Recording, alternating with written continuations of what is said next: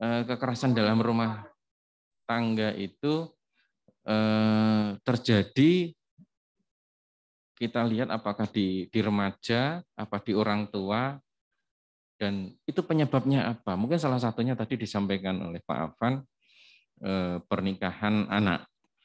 Misalkan seperti itu. Maka bagaimana penanganannya? Persentase pemuda korban kejahatan. Banyak kita ini sering ada tawur sana tawur sini, itu biasanya kan pemuda ya korban kejahatan. Persentase pemuda yang merokok ini juga menjadi salah satu indikator merokok. Persentase remaja perempuan yang sedang hamil. Jadi ini juga menjadi indikator domain kesehatan dan kesejahteraan. Domain ketenagakerjaan dan kesempatan kerja. Persentase pemuda wirausaha kerah putih, artinya mereka yang berwirausaha berapa persen dari masyarakat Bojonegoro yang tentunya dari 1,3 juta sekian itu 20%-nya atau sekitar 22%-nya itu adalah pemuda usia dari 16 sampai 30 tahun, kurang lebih 290.460 remaja. Yang kedua, tingkat pengangguran terbuka pemuda. Inilah nanti yang menjadi kemarin di rapat kerja menjadi isu juga, bagaimana menangani tentang tingkat pengangguran terbuka dari pemuda ini. Kalau kita sudah memiliki datanya dari Indeks Pembangunan Pemuda, pastilah nanti arah kebijakannya bisa lebih terarah dan mempercepat proses kalau semuanya berbasis kepada data. Domain partisipasi dan kepemimpinan. Persentase pemuda yang mengikuti kegiatan sosial kemasyarakatan. Saya yakin kawan-kawan Fatwat NU sudah masuk di dalamnya ini. Yang kedua, persentase pemuda yang aktif dalam organisasi. Ini juga Fatwat NU juga pastilah sudah ada di dalamnya ini. Dan yang ketiga, persentase pemuda yang memberikan saran pendapat. Nah, saya berharap yang ada di sini maupun yang mengikuti secara daring nanti bisa memberikan saran pendapat pembangunan pemuda ke depan di Bojonegoro ini modelnya harus yang bagaimana. Lanjut, domain gender dan diskriminasi, angka perkawinan usia anak tadi. Ini juga menjadi domain kami untuk kami lihat angkanya di Bojonegoro ini berapa sih yang perkawinan di usia anak, penyebabnya apa dan lain sebagainya nanti pasti akan muncul. Yang kedua, persentase pemuda perempuan yang sedang menempuh pendidikan menengah dan tinggi. Perempuan, jadi melihatnya ke gendernya. Jadi kesetaraan laki-laki dan perempuan. Kalau tidak salah atau tidak ada perubahan itu 30% ya Pak Afan ya. Setiap organisasi, setiap kegiatan apapun dipersyaratkan 30% harus diikuti oleh para perempuan atau gender ini, persentase gender. Persentase pemuda perempuan yang bekerja di sektor formal. Ini juga menjadi salah satu indikator atau domain dari Indeks Pembangunan Pemuda yang insya Allah tahun ini akan kita survei, akan kita lihat seberapa keterlibatan pemuda di dalam pembangunan di Bojonegoro. Mungkin itu yang bisa dan dapat saya sampaikan pada kesempatan ini. Nanti dilanjut kita discuss kaitannya dengan seminar ini. Ada kurang lebihnya saya mohon maaf. Saya akhiri. Billahi taufik wal hidayah wa ridha wal inayah. Wassalamualaikum warahmatullahi wabarakatuh. Waalaikumsalam warahmatullahi wabarakatuh. Kita berikan tepuk tangan hadirin. Terima kasih Pak Amir telah memberikan pemaparan materi yang luar biasa pada kesempatan hari ini. Dan kami ucapkan selamat datang kepada Bu Dr. Ani. Alhamdulillah bisa hadir di tengah-tengah kita. Dan langsung saja Ibu, setelah ini kami mohon untuk berkenan memberikan materi. Dan hadirin, materi yang ketiga akan disampaikan oleh Bu Dr. Ani, yaitu mengenai mengawal posyandu remaja menuju generasi bebas stunting. Nah, langsung saja kita sambut beliau Kepala Dinas Kesehatan Kabupaten Bojonegoro, Ibu Dr. Ani Pujiningrum MMkes. Disilahkan. Kita sambut dengan tepuk tangan.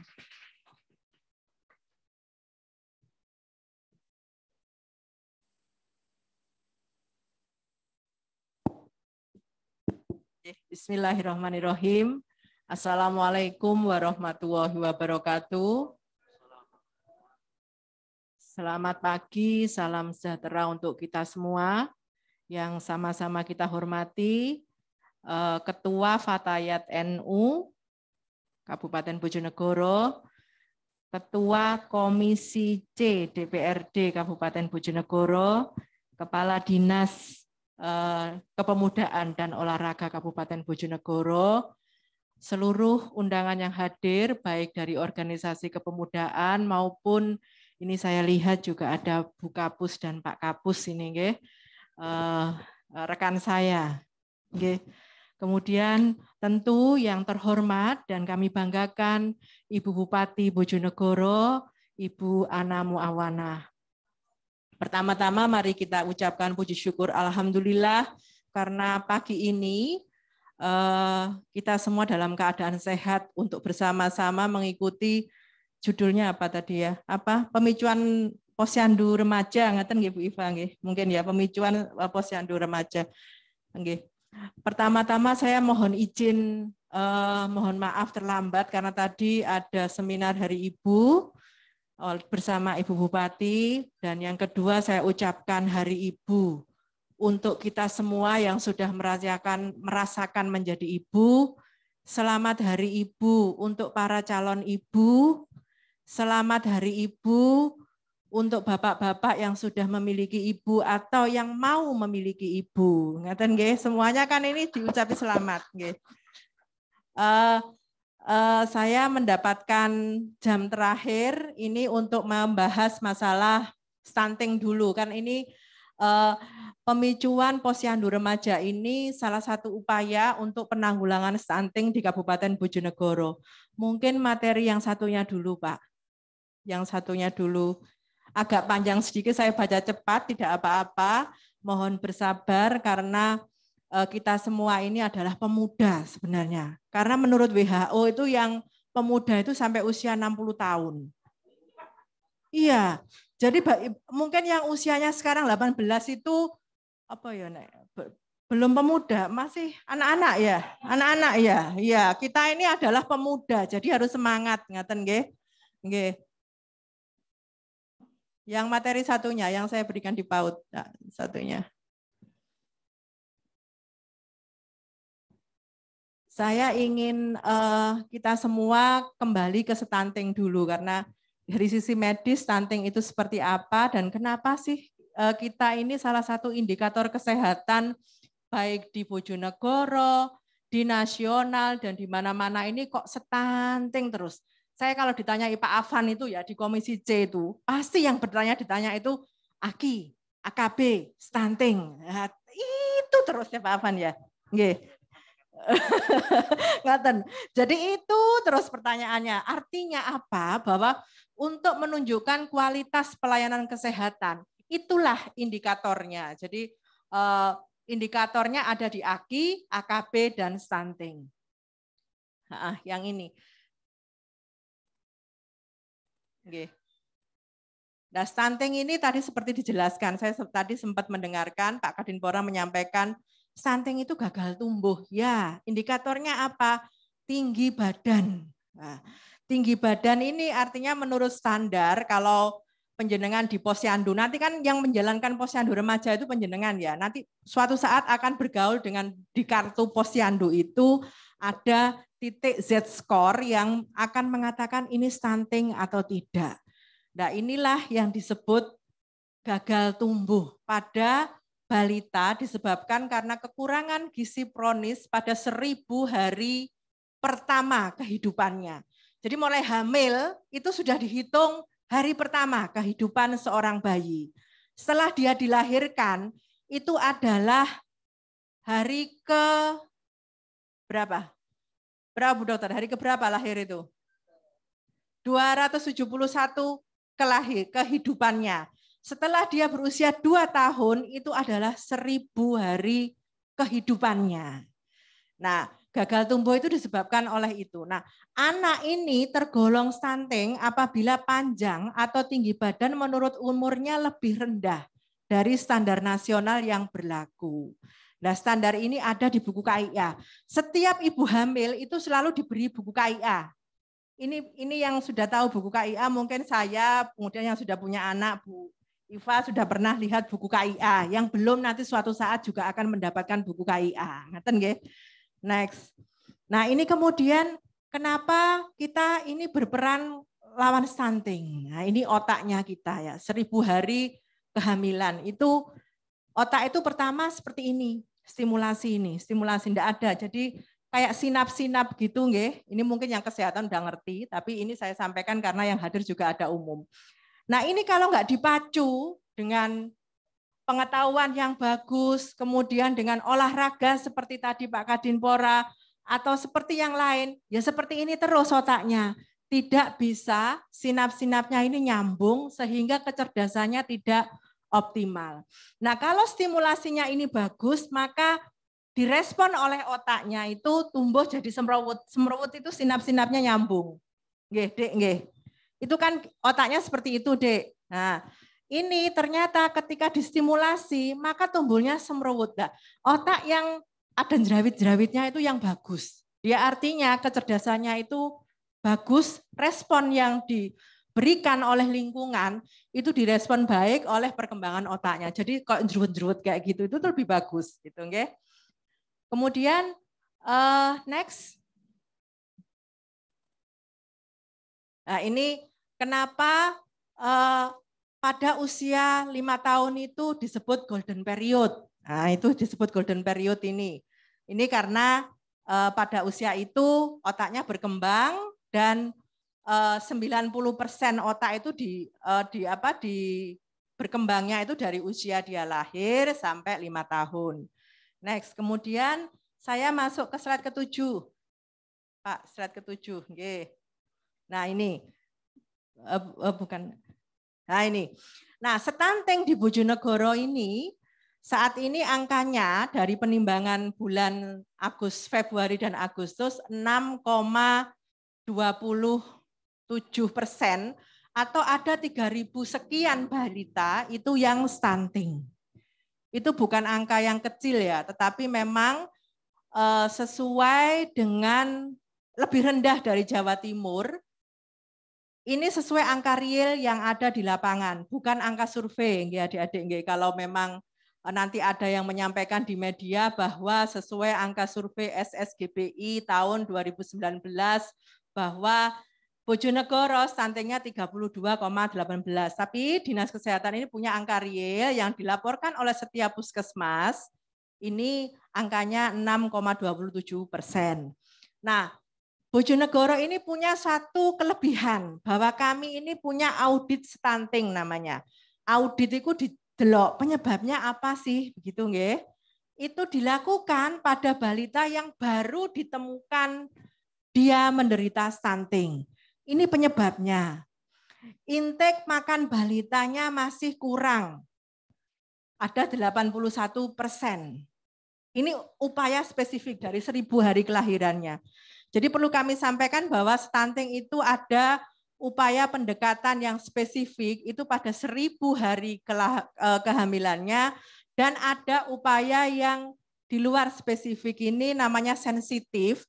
Itu dilakukan dengan memperbaiki ekosistemnya, termasuk yang dilakukan Dinas Kesehatan saat ini, yaitu kami targetnya 2021 menika Pak Afan kami harus jadi Kabupaten ODF, karena salah satu yang menyebabkan stunting ini adalah pada poin 5 ini, sanitasinya kurang baik.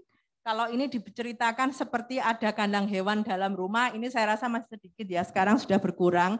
Tetapi kenyataan di lapangan bahwa memang sanitasi warga ini buang kotoran itu masih belum punya jamban. Nah, ini sudah dilakukan intervensi oleh pemerintah. Pemerintah Kabupaten Bojonegoro mengeluarkan bantuan keuangan khusus berupa 3.105 jamban untuk warga yang kurang mampu. Salah satunya apa? Itu masuk di dalam pendekatan yang sensitif, upaya untuk mengurangi stunting. Jadi kalau cerita, kalau baca buku nanti, ini upayanya sensitif, ini spesifik, itu maksudnya itu. Kalau spesifik itu intervensinya di 1000 hari kehamilan, 1000 hari usia pertama. Kemudian ada yang kedua, anggota keluarga merokok di dalam rumah. Jadi nanti kalau adik-adik punya sudah hamil, kalau bojone ngerokok di luar saja, jangan deket-deket saya, ngoten nggih. Gitu nggih, bapak-bapak juga gitu ya, Mas. Nanti kalau merokok ojo cedek-cedek karo sing hamil, ojo cedek-cedek karo bayinya, gitu nggih. Kemudian balitanya sering sakit, ini tentu kelainan bawaan. Terus pola asuh yang kurang tepat, ini pola asuh makan. Sekarang ini saya sampaikan ini kepada adik-adik nggih. Ada satu kebiasaan itu kan, ini materi ini saya sampaikan pada guru PAUD ya, karena begini, di guru PAUD itu kan diundang selalu wali murid ya, iya toh, wali murid itu kan selalu diundang ya, kalau punya anak-anak yang guru PAUD itu diundang. Saya dulu kalau undangannya jam 9, setengah 9 saya sudah datang. Oke. Tetapi yang diceritakan kan apa toh? Pola makan. Ya, bagaimana cara memberi makan pada anak, gitu nggih. Bagaimana mengukur perkembangan anak. Tetapi ketika di rumah, ya kita itu mikir sendiri ya. Sebenarnya yang memberi makan anak-anak kita niku sinten? Sinten? Mbak E, ya. Kalau ndak Mbak E ya Mbak E, ya. Kalau ndak Mbak E ya sopone. Nah, kita memberi makan pada hari apa aja? Minggu. Ya, ada hari Minggu. Padahal anak-anak ini makan mulai Senin sampai Minggu. Nah, karena itu ada beberapa puskesmas yang kemarin terpilih menjadi 45 inovasi itu kelas DOE. Jadi nanti yang dibuat kelas itu adalah kelas bayi. DOE bayi itu ya yang diajari, karena dia yang ngasih makan sebenarnya, ngoten. Itu penelitiannya Pak Kun seperti itu nggih Pak Kun nggih. Pak Kun ini yang nangani stunting ini. Kemudian berat badannya lahir kurang dari 2,5 kg. Ini namanya BBLR. Kemudian gizi kurang pada masa kehamilan. Oke. Kalau sudah selesai melahirkan, duet ketat ben koyok timbangannya. Jadi hidupnya itu bawa timbangan. Saya nggak termasuk itu, Pak Awan, membela diri ya. Jadi hidupnya bawa timbangan kemana-mana gitu. Nggak apa-apa itu dilakukan, tapi ada jeda waktu yang harus dipenuhi, bahwa anak-anak nanti itu butuh nutrisi, yang itu salah satunya disumbangkan oleh makanan yang dimakan oleh ibunya. Kemudian ini saya masuk dari materi ini Bapak Ibu, maka saya terima kasih sekali dari Fatayat NU ini turut serta membantu Dinas Kesehatan untuk menghidupkan kembali posyandu remaja yang selama ini sudah ada, tetapi di era pandemi ini mati suri. Nah, mati suri. Di antaranya kita punya berapa Pak Kun? 20 ya? Selalu puskesmas sudah ada posyandu remaja. Oke. Posyandu remaja ini kami ambil karena ternyata adik-adik perempuan yang pada saat remajanya mengalami kurang gizi, kemudian kurang energi protein, kurang darah, itu akan melahirkan bayi-bayi ya yang dalam tanda kutip tidak bisa tumbuh optimal. Jadi nanti itu penekanannya, termasuk bagaimana memberikan pola makan. Arahnya ke stunting ya tadi itu. Salah satunya kalau nanti ibunya ini tidak dipersiapkan dari awal, mulai dari hamilnya, dia mau jadi pengantin. Dia menstruasi mulai, adik-adik sekarang menstruasi umur berapa? SD nggih? SD menstruasi. Kemudian SMP sudah diajari reproduksi, nggih toh? Pelajarannya itu diajari reproduksi. Nah itu kemudian kalau dia usia 19 tahun menikah, ini kalau tidak dipersiapkan dari awal dia gizinya, maka dia berpotensi ketika hamil ini bayinya tidak tumbuh optimal, dan sekarang memang banyak sekali ibu-ibu hamil ini yang menderita kurang energi kronis. Jadi badannya kecil, yang bleeding ku wetenge tok. Ngeten nggih. Itu bisa salah satunya menjadi pemicu untuk lahirnya bayi nanti yang tumbuh menjadi stunting. Nah ini posyandu remaja. Jadi ini yang kami harapkan ketika posyandu remaja ini nanti bisa optimal dan berjalan baik di Kabupaten Bojonegoro.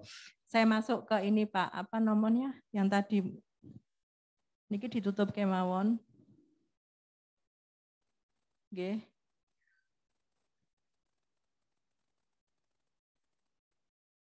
Nah, menika. Nah, ini salah satunya. Ini faktanya. Next. Mengawal posyandu menuju generasi bebas stunting. Ini fakta datanya.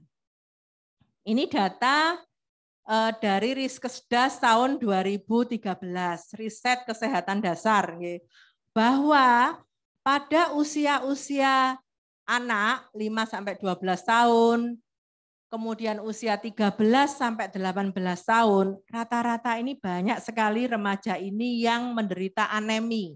Anemi niku napa? Napa, Dek? Kurang darah. Nggih, pinter.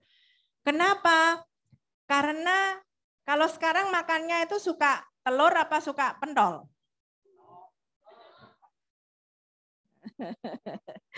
Itu nggih. Jadi salah satunya memang pola makannya itu kurang memenuhi syarat-syarat sehingga remaja-remaja sekarang ini cenderung anemi. Kemudian merokok sebelum usia 30 tahun, mulai minum alkohol usia 15 sampai 19 tahun. Dan ini datanya sudah dikumpulkan oleh Indeks Pemuda tadi nggih Pak Amir nggih. Saya sudah mendapatkan suratnya dan data yang ada di Dinas Kesehatan sudah akan kami kirim ke Dinpora. Kemudian ada beberapa ini juga ada penggunaan narkoba, kemudian konsumsi sayur dan buah yang sedikit, konsumsi makanan siap saji, dan konsumsi soft drink. Hampir semuanya anak sekarang itu minumnya soft drink. Nggih, niku. Soft drink niku napa, Dik? Contone. Ayo, contohnya napa? Ya, minuman-minuman ngoten niku lho, minuman-minuman sing ngoten niku pokoknya. yang enak-enak gitu nggih, yang rasanya manis, rasanya seger.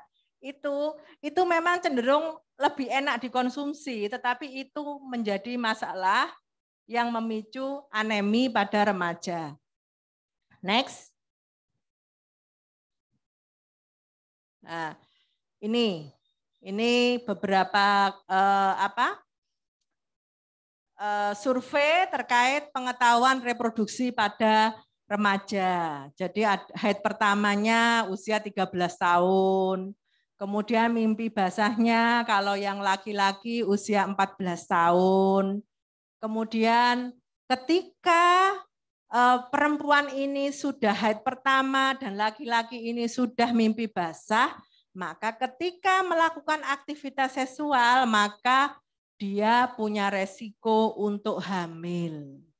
Ngaten kan itu sudah resiko kan ya. Lah itu kadang-kadang yang nggak dipahami. Ya gak ngerti karena tidak memahami secara utuh. Kemudian 1/5 orang, ini survei Riskesdas ya, mengetahui apa yang dilakukan jika ada ajakan hubungan seksual. Nah ini nanti mau di posyandu remaja ini fokusnya ini loh Dek ya. Jadi membuat peserta posyandu tersebut paham dan memahami resiko-resiko yang akan didapat ketika melakukan aktivitas-aktivitas seperti ini. Ngaten nggih? Itu aktivitas pacarannya orang sekarang. Ya, ini Pak Kun dapat dari mana datanya Pak Kun? Hah? Riskesdas ya, oke. Oke. Kemudian ada lagi pendidikan tentang kesehatan reproduksi.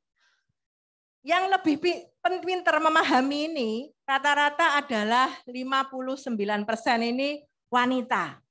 Ya, wanita itu lebih pintar apa enggak dari laki-laki? Lebih multitalenta ya. Ngapunten. Kemudian enggak apa-apa nggih Pak, hari Ibu kok Pak, enggak apa-apa. Kemudian 55% ini laki-laki itu pendidikan tentang kesehatan reproduksi. Ya, itu. Jadi wanita ini lebih aware tentang kesehatan reproduksi karena setiap hari mengalami, guys, setiap bulan mengalami, akhirnya mereka lebih paham, lebih memahami kesehatan reproduksi. Next. Nah, ini kemudian karena itu diperlukan peningkatan akses kesehatan terhadap remaja. Remaja ini supaya membentuk sebuah kegiatan yang positif ya, yang berhubungan dengan kesehatan, maka caranya bagaimana? Cara berperannya itu loh bagaimana? Saya tahu adik-adik ini sebenarnya ingin sekali berperan. Cara aku bantu untuk saya bisa beraktivitas positif itu loh seperti apa? Nah, itu kan ya yang diinginkan kan seperti itu. Saya rasa kalau adik-adik ini sudah hadir di sini, itu sudah punya kemauan yang keras, punya kemampuan yang luar biasa untuk sama-sama ingin berperan. Ngoten toh? Next.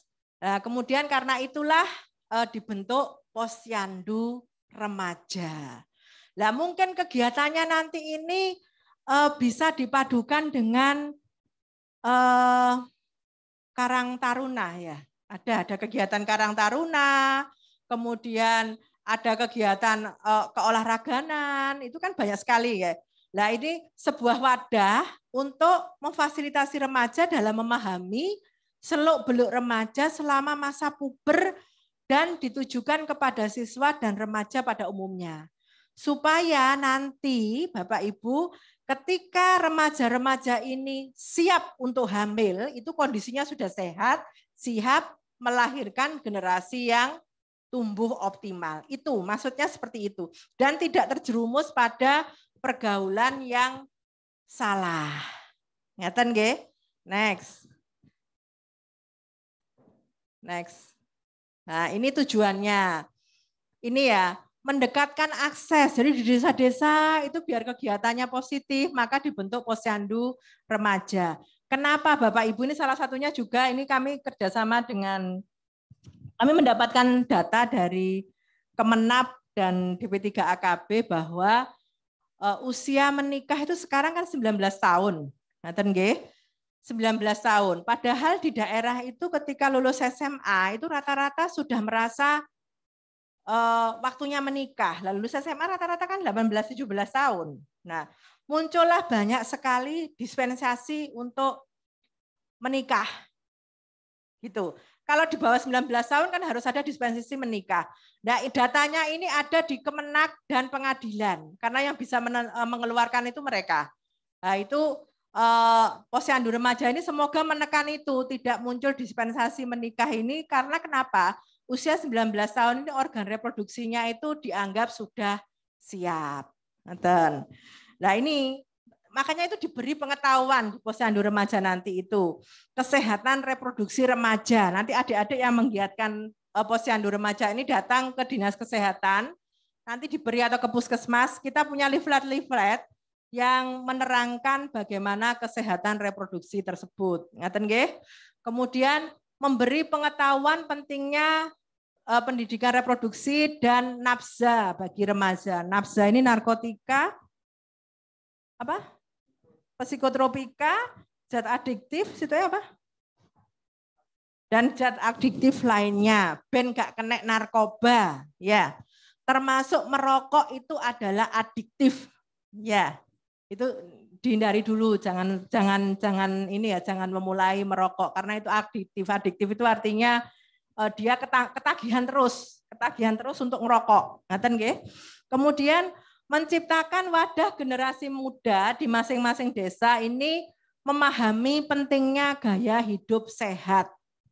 Ya gaya hidup sehat ya tadi germas itu loh ya, beraktivitas fisik, tidak minum apa itu? Yang tadi itu makanannya bergizi, makan sayur dan buah. Kemudian memeriksa kesehatannya secara rutin 6 bulan sekali. Kesehatan secara rutin itu cuma tensi, itu cukup ya. Jadi adik-adik ini bisa terpantau kesehatannya setiap hari. Ngaten nggih, setiap tahun. Next. Nah, ini sasaran kegiatannya. Remaja usia 10 sampai 18 tahun. Kenapa menyasar 10-18 tahun? Karena memang pada masa itu sistem reproduksinya mulai berkembang. Yang tadi ya, itu kalau Riskesdas 2013, menstruasinya 13 tahun. Anak-anak sekarang 10 tahun, 11 tahun sudah menstruasi. Ngaten nggih? Kemudian tim pelaksananya sinten? Nanti Bapak, Ibu, adik-adik akan dibantu oleh petugas kesehatan, bidan-bidan desa. Nggih. Kemudian oleh pemerintah desa, pengelola program remaja, dan kader kesehatan remaja. Ini setiap puskesmas punya. Nanti dikoordinasikan oleh Bu Kapus dan Pak Kapus. Pak Kapus ini kalau di Kalitidu ada Dokter Agus itu yang pakai batik kuning itu. Itu nanti yang akan memandu, salah satunya menjadi pemandu untuk pelaksanaan posyandu remaja tersebut. Next. Nah, next. Nah, ini pembentukannya dengan musyawarah masyarakat desa yang sekarang sudah ada dulu, kita aktifkan lagi karena sekarang sudah ada panduan berlaku new normal. Bukan new normal, apa ya? Adaptasi kebiasaan baru. Nah, adaptasi kebiasaan baru. Jadi posyandu itu bisa dilaksanakan dengan mematuhi protokol kesehatan. Kalau saya bilang new normal itu dulu. Nah, sekarang walaupun masa pandemi ini tetap bisa dilaksanakan secara offline. Ya, secara offline bisa membatasi jumlah pesertanya dan menerapkan protokol kesehatan. Kalau online kan, kalau saya lihat kayak dulu TV ya kan, nanti khawatirnya kurang bisa diterima secara optimal untuk sasaran peserta posyandunya tersebut. Ngaten nggih?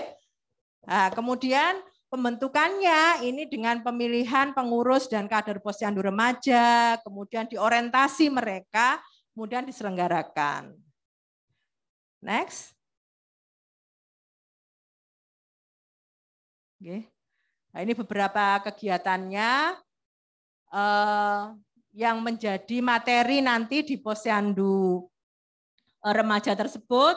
Nanti mohon Kepala Puskesmas juga berkoordinasi dengan ini lintas sektoral di desa supaya ini bisa berjalan ya. Seperti pencegahan kekerasan pada remaja itu kan jenengan perlu menggandeng Forkopimcam untuk memberikan materi. Next.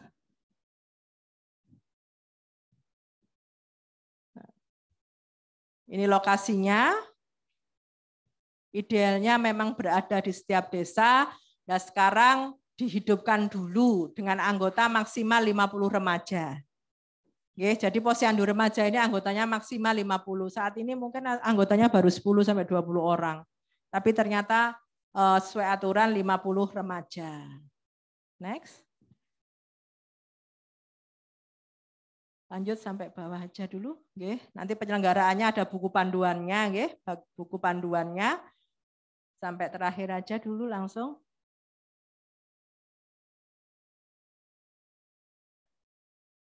Harapannya aja. Bukan yang itu. Nah ini panduannya ada pedoman pencegahan penanggulangan anemia, karena memang sasarannya ini nanti salah satunya memberikan tablet tambah darah pada remaja usia 10-18 tahun. Untuk remaja putri ini 12-18 tahun, SMP, SMA yang dikasih. Kemudian untuk dosisnya itu diatur nanti oleh tenaga kesehatannya sudah mengatur dosisnya. Nah, nanti adik-adik yang berada sebagai penggerak posyandu remaja meniko yang membantu untuk memberikan tablet tambah darah ini kepada pesertanya. Jadi tablet tambah darah ini bukan hanya diminum saat kurang darah, tetapi diminum rutin. Ya, diminum rutin pada itu tadi ya, ada jeda waktunya, ada dosisnya supaya mencegah anemia pada remaja. Salah satunya itu tujuan dari posyandu remaja yang diadakan oleh Dinas Kesehatan. Jadi Dinas Kesehatan posyandu remaja ini mengambil sisi pendekatan sensitif untuk menekan angka stunting. Nah, semoga nanti dengan posyandu remaja ini jalan dan berjalan dengan baik, maka remaja-remaja ini ketika dia menjadi ibu sudah dalam kondisi sehat, tidak anemi, sehingga menciptakan generasi yang tumbuh optimal, tidak menjadi generasi yang menjadi stunting. Nggih, ngaten nggih. Kurang lebihnya mohon maaf. Nanti kalau ada pertanyaan, saya lihat kok sudah agak ngantuk-ngantuk gitu nggih, karena suasananya memang apa? Sahdu dan sejuk ya, ini sejuk sehingga mungkin saya percepat aja penyampaiannya. Saya rasa tadi sudah menangkap maknanya dan saya rasa adik-adik ini sudah sangat pinter dan bisa membaca, mengakses pengetahuan ini melalui medsos ya. Jadi kalau ada medsos ini sebenarnya menguntungkan kalau digunakan untuk hal-hal yang positif. Kurang lebihnya mohon maaf, saya akhiri. Wassalamualaikum warahmatullahi wabarakatuh. Waalaikumsalam warahmatullahi wabarakatuh. Terima kasih Bu Dr. Ani atas pemaparan yang luar biasa. Masih semangat? Masih semangat? Alhamdulillah. Ya, kalau tadi kita sudah bersama-sama mengikuti pemaparan bersama dengan Ibu Dr. Ani mengenai mengawal posyandu remaja menuju generasi bebas stunting. Nah, kita akan masuk langsung ke materi yang keempat. Setuju ya? Supaya cepat selesai, supaya cepat nanti sesi diskusinya, bertanya jawab ya. Langsung saja untuk materi selanjutnya akan disampaikan oleh perwakilan dari Dinas P3 AKB Kabupaten Bojonegoro yang kami hormati Bapak Supardi Esas selaku Kepala Bidang Keluarga Berencana dan Keluarga Sejahtera. Disilakan.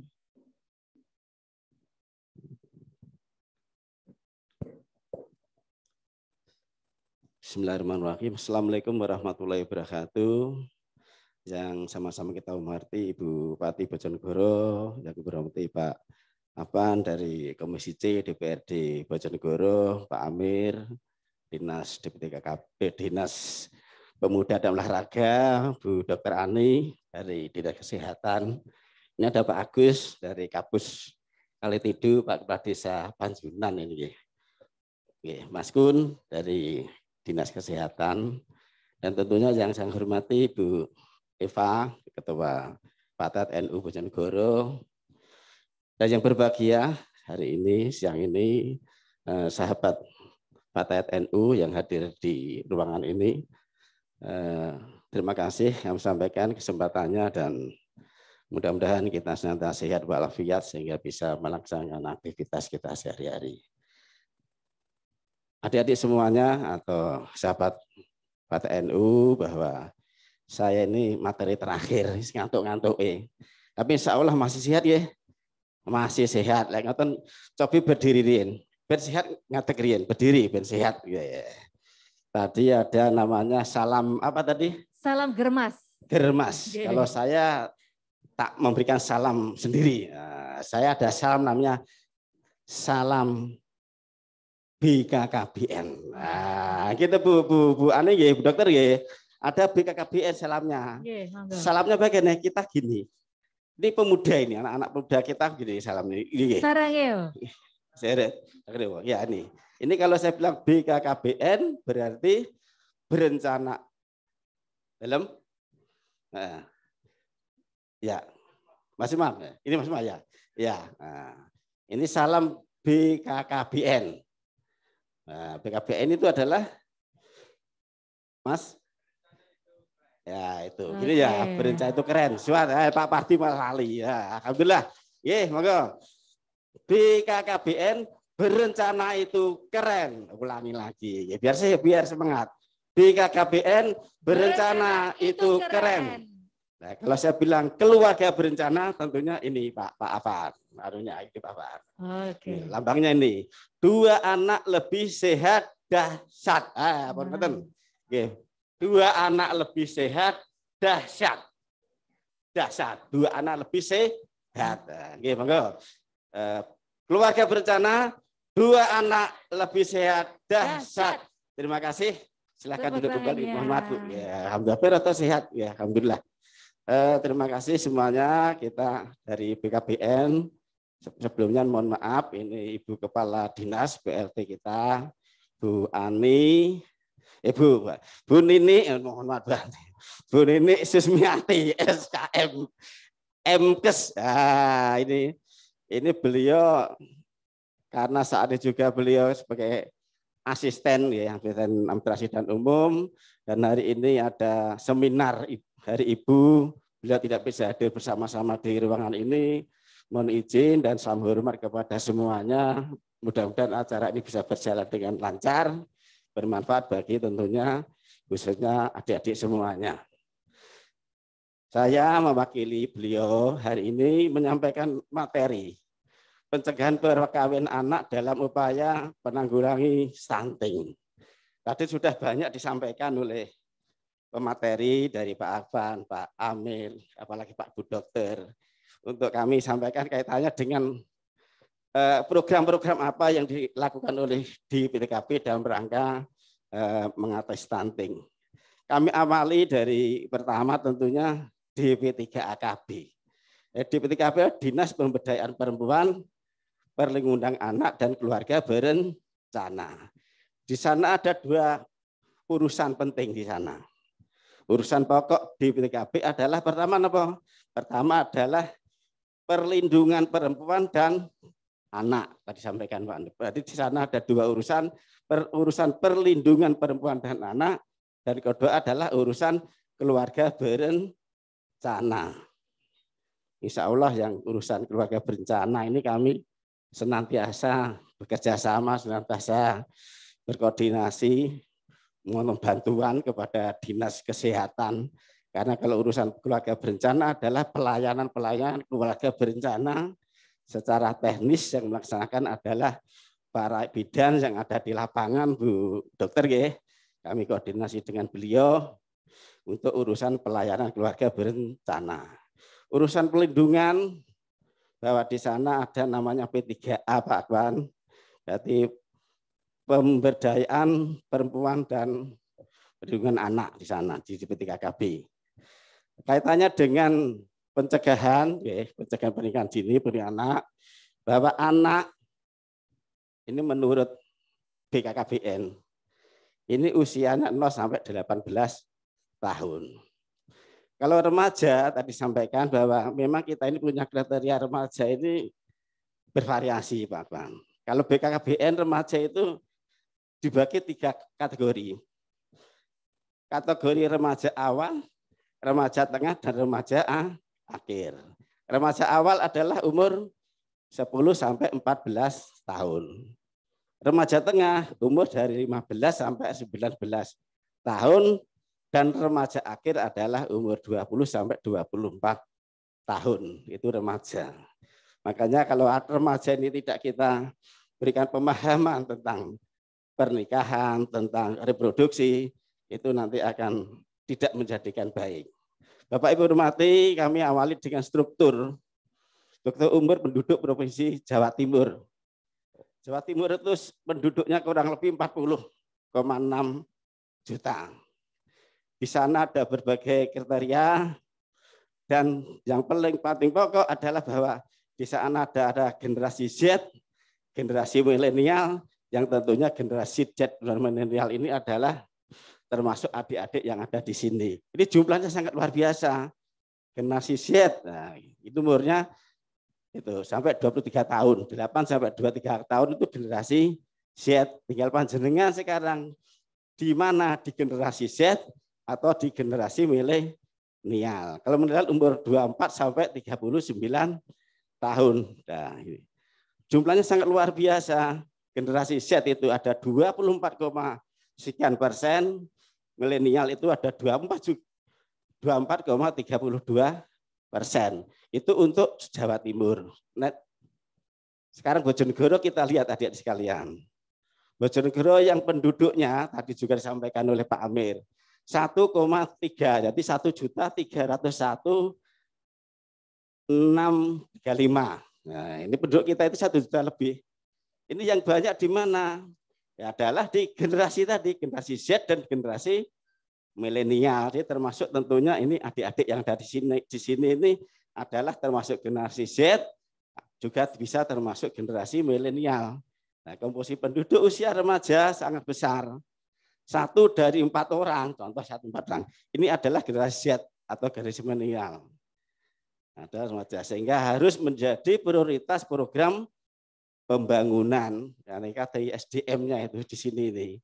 Karena jumlahnya banyak, ya itu harus menjadi program-program pembangunan yang insya Allah untuk kemajuan bangsa Indonesia. Nah,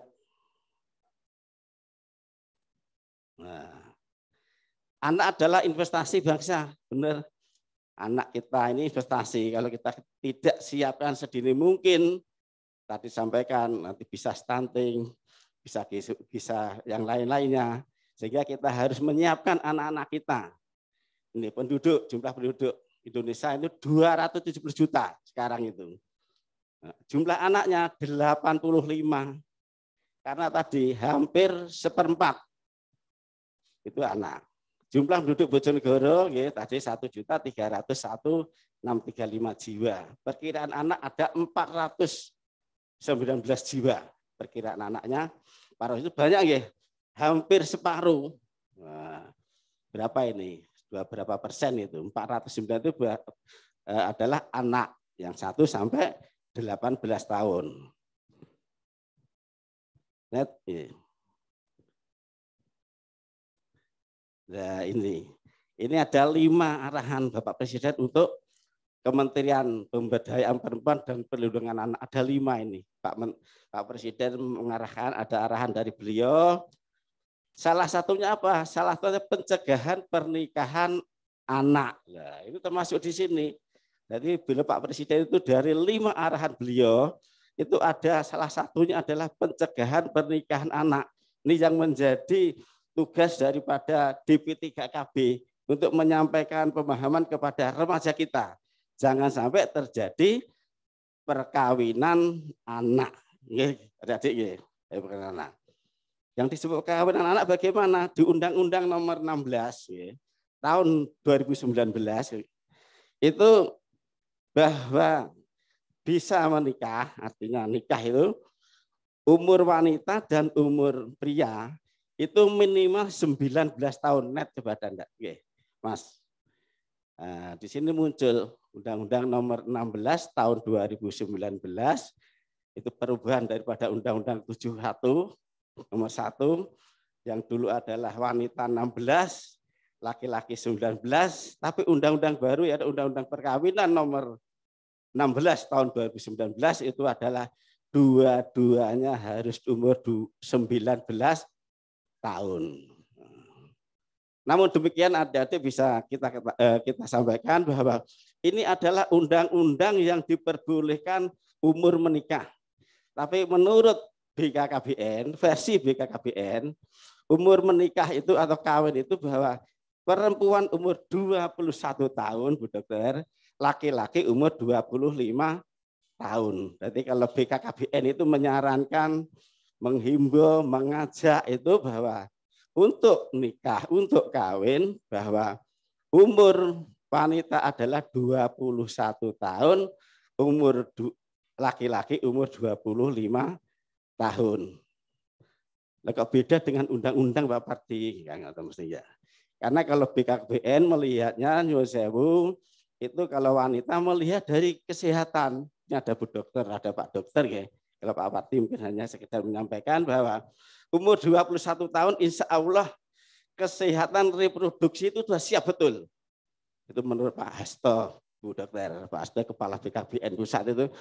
Jadi umur 21 tahun itu organ wanita ya, itu insya Allah sudah siap betul untuk menerima apa Bu istilahnya apa Bu? Kalau umur 21 tahun organ wanita sudah siap betul untuk menerima pembuahan, kalimatnya. Aku mesti salah ya Marai. Jadi pembuahan. Nah, pembuahan itu 21 tahun tuh siap untuk pembuahan. Nah, nanti dilihat dari kesehatannya. Memang kalau undang-undang, namanya undang-undang kan melihat secara global Bu nggih. Secara nasional Indonesia.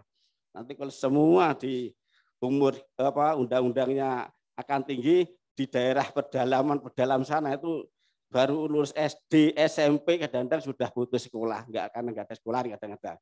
Itu sudah dinikahkan oleh orang tuanya. Sehingga undang-undang itu melihatnya secara nasional, diberi umur 19 tahun wanita, 19 tahun untuk laki-laki. Namun kalau secara kesehatan dari BKBN itu menyampaikan bahwa umur wanita 21 tahun, umur laki-laki 25 tahun. Itu lihat dari kesehatan wanitanya, kalau 21 tahun, insya Allah organ wanita itu sudah siap untuk pembuahan. 25 tahun untuk adik-adik yang laki-laki, melihatnya dari ekonomi, Pak Akwan itu, Pak Asto melihat dari ekonomi. Insya Allah kalau laki-laki umur 25 tahun, umpama dia lulus SMA itu 6 tahun itu insya Allah sudah mulai bekerja. Gimana? Kalau baru lulus 19 tahun, 20 ini insya Allah baru mulai kerja.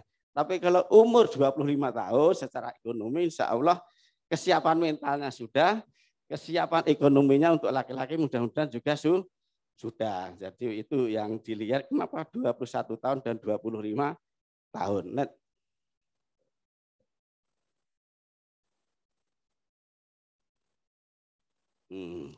Tadi kami sampaikan, Bu Dokter sudah menyampaikan, kalau ada ini umur di bawah 19 tahun kok mau nikah, enten mboten kata niku. Karena tinggi, ternyata perkawinan anak di bawah umur itu di Bojonegoro ini ya lumayan tinggi. Dari 28 kecamatan itu ada rankingnya. Ranking 1 kecamatan mana sampai 28 itu tinggi Pak Amir. Yang paling tinggi insya Allah itu Kedung Adem. Makanya kemarin kami Pak Akwan itu penyuluhan remaja di Pendopo Kedung Adem kemarin. Remaja semua 50 orang kita berikan penyuluhan bersama-sama dari Puskesmas, dari sama-sama dengan KUA dan juga insya Allah saya dengan Mas Umar malah ya di sana juga untuk memberikan penyuluhan kaitannya dengan pencegahan perkawinan anak atau perkawinan dini. Jadi kalau adik-adik, tetangganya, saudaranya, siapapun warga kita, warga mau nikah kurang dari sesuai undang-undang, itu disampaikan Bu Ani tadi harus minta diska. Nah, Pak diska tadi nggih. Diska itu dispensasi kawin. Mintanya di mana? Mintanya ada di pengadilan agama. Itu bagi agama Islam, non-Islam pengadilan negeri. Itu kalau jadi kalau kurang dari 19 tahun, orang tuanya itu harus wajib memintakan namanya diska. Tapi kan nggak enak tuh minta diska ke sana. Berarti umurnya ini kurang dari undang-undang. Ini kalau bapaknya datang ke pengadilan agama ini mesti kurang dari undang-undang, melanggar undang-undang ini. Secara kesehatan belum siap. Nah, diska itu akan diberikan oleh pengadilan agama apabila ada namanya rekomendasi diska. Itu dari mana? Dari dinas yang menangani perlindungan perempuan dan anak. Nah, diska itu akan dimunculkan oleh pengadilan agama kalau ada namanya rekomendasi dari lembaga atau SKPD atau dinas yang menangani perlindungan perempuan dan anak. Untuk Bojonegoro, dinas yang menangani itu adalah dinas DP3A KB sehingga banyak itu permintaan rekomendasi ke dinas Pak Akwan, datanya saya belum bisa tampilkan tapi ada Pak Akwan, datanya ada, permintaan rekomendasi diska ada. Itu kita keluarkan sepanjang kita telaah. Kalau belum kita telaah dulu. Kalau biasanya Ibu Kepala Dinas itu tidak langsung rekomendasi setujui mboten. Kalimatnya mesti belum bisa menyetujui rekomnya ini. Karena apa? Umurnya masih di bawah 19 tahun. Jadi kita tidak dari DP3P rekomnya itu kalau memang tidak menyetujui, artinya tidak langsung menyetujui mboten. Kita kirim ke pengadilan agama adalah belum bisa menyetujui atau tidak bisa menyetujui rekom kita. Namun karena pengadilan itu ya agama dari pihak yang mempunyai anak itu kan banyak sekali mungkin keterangan-keterangan yang diberikan, apalagi mungkin sudah hamil duluan kan itu nggih. Sehingga itu harus ada namanya surat bukti dari dokter atau surat bukti dari kesehatan bahwa dia memang sudah hamil, sehingga biar bagaimana mungkin PA tetap memberikan diska itu. Jadi itu adik-adik sekalian. Jadi kalau bisa jangan sampai umur 9 tahun kurang kok nikah, enggak usah. Karena itu nanti harus syaratnya harus cari diska. Ya. Dan secara kesehatan, kesehatan itu untuk wanita itu belum siap. Jadi organ wanita itu belum siap dibuahi karena ada perkembangan organ wanita. Ini Pak Dokter mungkin ini. Perkembangan organ wanita ini berhenti ini sampai umur 20 tahun. Betul Pak Dokter? 20 tahun organ wanita perkembangannya itu baru 20 tahun baru berhenti. Sehingga setelah itu baru siap untuk dibuahi. Kalau masih 18, 16, 17 itu masih dibuahi masih tidak bisa sehat. Net terus ya. Kalau ini persyaratannya, udah persyaratan biasa. Nah, terus Mas, ya. Terus, ya. Terus saja. Nah, ini undang-undangnya tadi, Undang-Undang 16 tahun 2019, perkawinan hanya diizinkan jika pihak pria dan wanita mencapai umur 19 tahun. Ini dasarnya ini. Kalau ini dasar yang merubah Undang-Undang 174 itu ini kalau dirubah dengan Undang-Undang 16 tahun 2019 bahwa umur perkawinan hanya diizinkan jika pihak pria dan wanita mencapai umur 19 tahun. Itu sudah jelas undang-undangnya. Nah, terus Mas. Nah, ini gambaran. Coba ini gambaran adik-adik sekalian. Gambaran kasus perkawinan anak di Kabupaten Bojonegoro. Ini masih anak ini yang gendong ini. Artinya ini anak gendong anak akhirnya harusnya masih bermain kan gitu nggih. Anak itu harus bermain. Masa masih bermain tapi karena ini sudah dinikahkan dia gendong anak, kasihan gitu. Harusnya masih senang-senang dulu. Itu main apa itu? Gini itu main apa itu? Main tali itu ya, main tali zaman dulu main tali itu ya di kampung itu main tali itu. Harusnya masih main tali, main apa? Karena sudah dinikahkan di bawah umur sehingga anak itu menggendong anak, lihat temannya itu kasihan ya. Itu gambarannya Terus net Mas. Nah, karena nikah masih anak-anak tentunya ada resikonya. Termasuk resikonya tadi adalah terjadi stunting. Ini perkawinan jumlahnya ini. Pak Wan tahun 2021 Pak Wan jumlah perkawinan di bawah 20 ada 1.000 lebih. 14%. Total perkawinan ada 7.000. Yang 1.026 itu adalah perkawinan anak-anak. Nah, dari 7.000 perkawinan tahun 21 ini sampai Januari Oktober itu ada 1.000 lebih. Banyak mboten kathah mboten niku. Wakeh 1.000 lebih menikah di bawah umur di bawah 20 tahun. Net Mas terus Mas. Ini gambar-gambaran aja nggih Adek biar Pak tahu.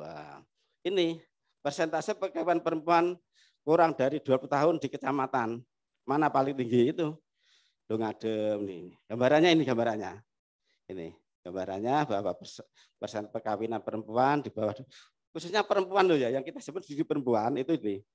Yang paling tinggi pun di Kedongadem, Ngambon, Tambarjo, mudah-mudahan ini Kali Tiduk pun Kali Tiduk wonten Kali Tiduk. Nomor piro? Jiro lho Patmon 7. Kali Tiduk nomor 7 ini. Ini untuk gambaran ya. Ternyata di kecamatan saya juga lumayan. Nah, ini tugasnya panjenengan nanti. Dari Posyandu Remaja ini nanti disampaikan Bu Dokter ya. Tugasnya panjenengan aja memberikan pemahaman kepada remaja di sana, remaja di desanya, Panjunan maupun Kauman gini. Kauman, Panjunan dan semuanya. Nah, Posyandu Remaja begini menyampaikan hal-hal tersebut ini. Oh, perkawinan anak di kita ini masih banyak sehingga kita perlu Posyandu Remaja tadi. Net Mas. Net terus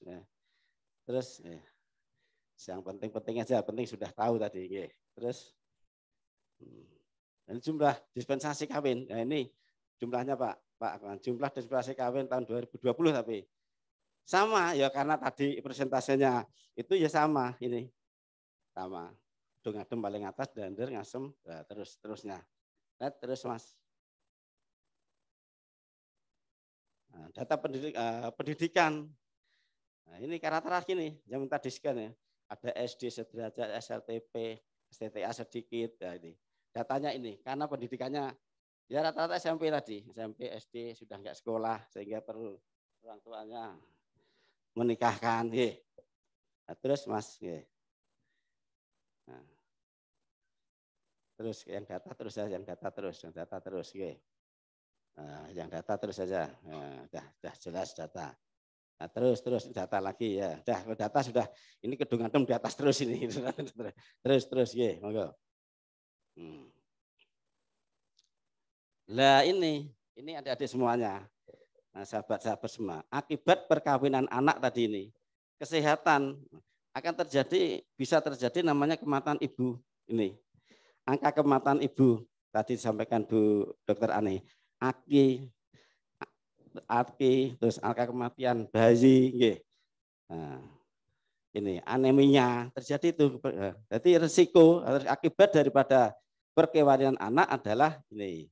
Angka kematian bayi, stunting, berat badan lahir rendah, BBLR, terus lainnya, kekerasan dalam rumah tangga, terus pendidikan, putus kalau umur 18 nikah, otomatis tidak sampai SMA, sehingga mengakibatkan pendidikannya putus. Kalau mau putus pendidikan, sehingga dia kalau bekerja di perusahaan pun akan mendapatkan upah rendah, terjadilah namanya kekerasan rumah tangga karena tidak bisa membiayai hidup di rumah tangga, bisa terjadi kekerasan dalam rumah tangga, kekerasan terhadap anak, itu gangguan kesehatan mental, pola asuh salah pada anak ya karena ekonomi itu juga biar bagaimana mempengaruhi. Ya Pak Amir ya, kalau ekonomi di keluarga itu kita tidak siap, biar bagaimana akan mempengaruhi kehidupannya, bisa terjadi namanya kekerasan dalam rumah tangga. Nanti kalau terjadi kekerasan dalam rumah tangga, nanti larinya juga akan ke perlindungan dinas yang menangani perlindungan perempuan dan anak. Jadi di kita ini kasus-kasus Pak Amir di P3A khususnya di kantornya di depannya DPR itu banyak tiap hari yang datang ada melaporkan apa saja, mungkin anaknya dipukul, istrinya dipukul suaminya, itu sana. Nanti kita akan memfasilitasi akhirnya, maka di sana ada mobil perlindungan, mobil unit perlindungan, bentina muter itu ke desa-desa yang menangani kasus-kasus itu, ada mobil perlindungan itu yang putih itu muter terus, karena ternyata kasus di Bojonegoro untuk kekerasan masih ada, kekerasan baik dari kekerasan dilakukan oleh suami kepada istri maupun kadang-kadang ibunya kepada anaknya. Karena apa? Itu tadi karena mungkin terjadi rata-rata pernikahan anak tadi.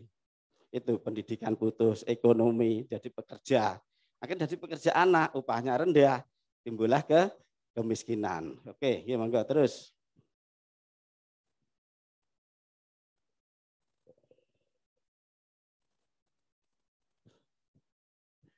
Siap, sebentar lagi. Oke, ya terkait pencegahan. Terus enggak apa-apa, ini kan terkait pencegahan perkawinan anak yang sudah dilakukan oleh KB.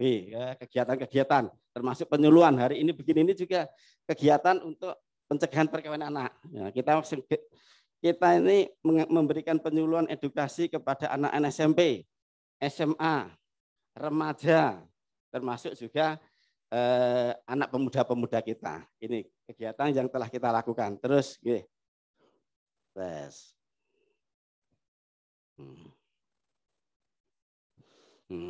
Ya, terus monggo.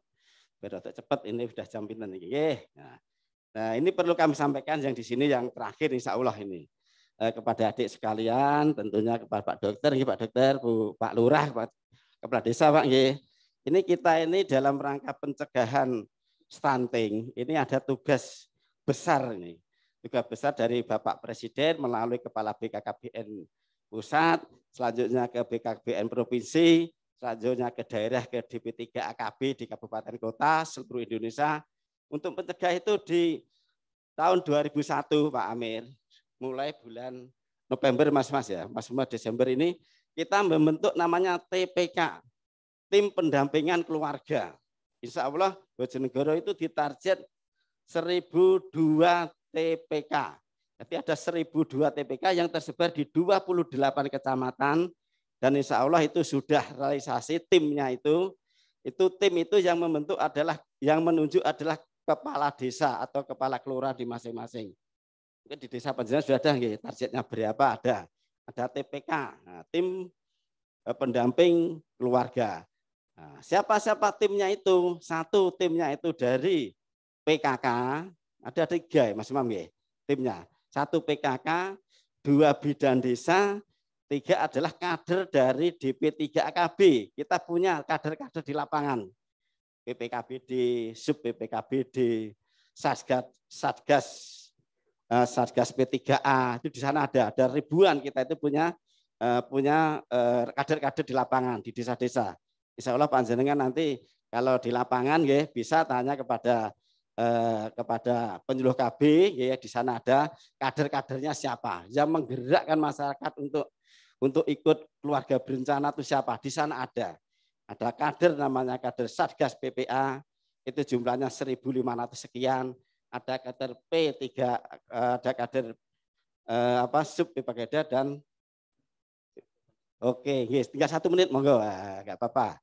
Nah, di sana itu tim itu tugasnya apa?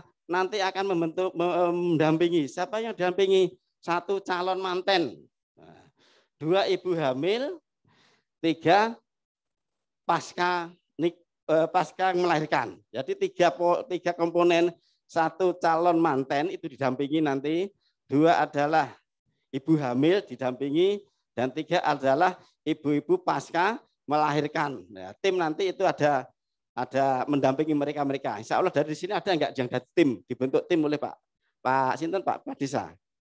Enggak ada ya nanti kerjasama dengan tim itu. Nah, terus Mas, naik Mas. Jadi insya Allah itu tugas kita tahun 2002 yang diberikan oleh BKKBN adalah dalam rangka mencegah stunting, dalam rangka pengurangi stunting. Itu tahun 2002 ada kerja besar adalah tim pendamping keluarga yang insya Allah tahun 2002 nanti akan berjalan di desa-desa, nanti tolong sampai sebagai kader-kader remaja nanti membantu tim itu sehingga tidak terjadi stunting di desa-desa insya Allah di Bojonegoro ini. Mungkin itu yang dapat kami sampaikan. Ini juga waktunya dari pagi sampai jam 12 insya Allah panjenengan, tapi tetap semangat. Ini semangatnya ini yang perlu diacungi jempol, semangat panjenengan masih mengikuti dengan seksama, dengan semangat, dan mudah-mudahan yang kami sampaikan ini dapat bermanfaat bagi sahabat-sahabat sekalian dan adik-adik sekalian. Mohon maaf apabila dalam penyampaian ada kurang berkenan. Akhirul kalam, wassalamualaikum warahmatullahi wabarakatuh. Waalaikumsalam warahmatullahi wabarakatuh. Kita berikan tepuk tangan.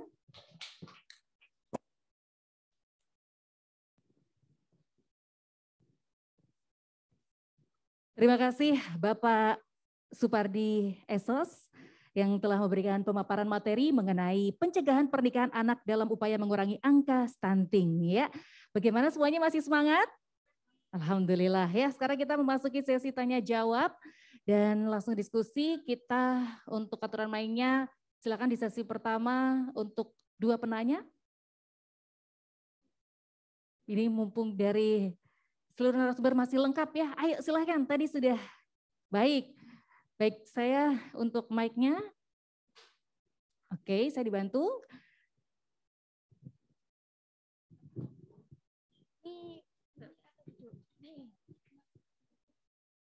Silakan sebutkan nama, dari mana, dan juga pertanyaannya untuk siapa, silakan. Assalamualaikum warahmatullahi wabarakatuh. Terima kasih kesempatan waktu yang diberikan untuk saya. Saya perkenalkan, nama saya Mutiara Lutfi Amin. Saya dari Desa Panjunan, kader remaja Desa Panjunan. Saya mau bertanya kepada Bapak Afan.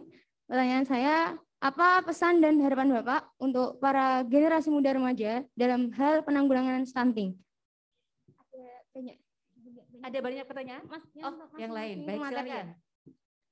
Untuk Bapak Amir Syahid, saya mau bertanya Pak, dari kacamata kepemudaan dan olahraga, menurut Bapak, yang harusnya dan tidak harusnya dilakukan generasi muda remaja supaya tidak terjadi stunting di masa yang akan datang? Untuk Ibu Nini, saya mau bertanya Bu, dari kacamata kesehatan, dalam hal penanggulangan stunting, bagaimana wanita dan laki-laki dinyatakan siap untuk menikah? Terima kasih. Saya akhiri, wassalamualaikum warahmatullahi wabarakatuh. Waalaikumsalam warahmatullahi wabarakatuh. Ya, adik dari Panjunan ya. Ini pertanyaan cukup panjang dan langsung ditujukan kepada para narasumber. Saya mohon untuk bantuannya tadi adik pertanyaannya. Saya coba lihat. Ya, enggak apa-apa sayang. Oke, baik. Pertanyaan pertama ditujukan kepada Bapak Muhsin Afan. Silakan untuk tadi harapan ya. Harapan kepada dari pihak DPRD ini kira-kira untuk penanggulangan stunting, apa pesan Bapak nih untuk para generasi muda? Silakan. Ya, terima kasih. Mbaknya dari Pajunan tadi siapa namanya? Mutiara. Mutiara. Terima kasih. Kalau mau bicara pesan untuk generasi muda, terutama penanggulangan stunting, saya pikir tadi kan ada bentuk intervensi yang tidak secara langsung. Dan ini saya pikir untuk generasi muda seperti yang tadi disampaikan oleh Bu Dr. Ani bahwa generasi muda kita ternyata juga sekarang tidak pro terkait dengan penanggulangan stunting. Buktinya banyak kebiasaan, banyak perilaku pemuda kita yang berkontribusi terhadap stunting. Salah satunya adalah kesadaran untuk tidak menikah dini, kan begitu. Buktinya dengan tingginya diska yang diberikan berarti bagaimana Bojonegoro ternyata masih tinggi bagaimana pernikahan anak. Maka yang bisa ikut memberikan kesadaran adalah tentu para pemuda sendiri, tentu para remaja, kan begitu. Bahwa menikah di usia muda itu ternyata beresiko, ternyata berkontribusi terhadap sumbangsih kita terhadap stunting. Karena itu tadi reproduksi kita belum siap, terus bagaimana pemahaman informasi macam-macam juga belum cukup mendukung untuk itu. Yang berikutnya bahwa apa yang sedang dilakukan oleh Fatayat ini adalah salah satu bentuk bagaimana kontribusi organisasi masyarakat sipil untuk bersama-sama dengan pemerintah daerah kita ikut memerangi stunting, kita ikut mencegah stunting, kita ikut bagaimana memberikan penyadaran kepada masyarakat tentang pola hidup sehat, tentang perilaku positif. Nah, ini saya pikir yang mesti harus dilakukan. Silahkan berkumpul, silahkan berorganisasi yang itu positif. Jangan berkumpul, jangan melakukan kegiatan-kegiatan yang memang itu terbukti tidak positif. Beberapa yang tadi disampaikan terkait dengan survei dasar yang tadi kita lakukan itu kan sebenarnya mencengangkan kita. Pak Amir tadi sempat berbisik-bisik dengan saya bahwa sebenarnya di Dispora ada banyak program, ada banyak kegiatan-kegiatan yang mengedukasi pemuda, mengedukasi remaja macam-macam. Jadi kalau pesan saya, saran saya adalah silahkan kalian para pemuda itu berorganisasi, melakukan aktivitas-aktivitas yang positif, dan mari sama-sama dengan kita semua bersinergi, bisa dengan pemerintah daerah melalui dinas teknis, bisa dengan kami di DPRD menginisiasi program-program yang memang positif. Seperti yang tadi saya tawarkan, silahkan Fatayat, silahkan Karang Taruna, silahkan para pemuda yang punya konsen terhadap isu ini mari sama-sama dengan kita inisiasi Raperda yang bisa memberikan kontribusi positif bagi masyarakat Bojonegoro. Salah satunya adalah pencegahan dan penanganan stunting. Itu mungkin beberapa masukan saya untuk para pemuda terkait dengan isu stunting ini. Tepuk tangannya hadirin, luar biasa ya. Selanjutnya langsung menuju ke Pak Amir. Pertanyaan tadi, apa yang harus dan tidak harus dilakukan untuk supaya tidak terjadi stunting ini Bapak? Monggo.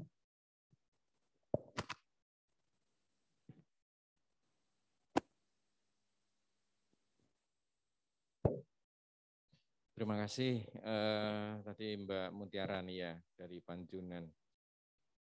Apa yang harus dilakukan dan apa yang tidak harus dilakukan. Nah, ada dua kata sebenarnya yang ini menjadi kata kunci. Yang pertama memahami dan yang kedua menyadari. Memahami artinya, kita break dulu ya.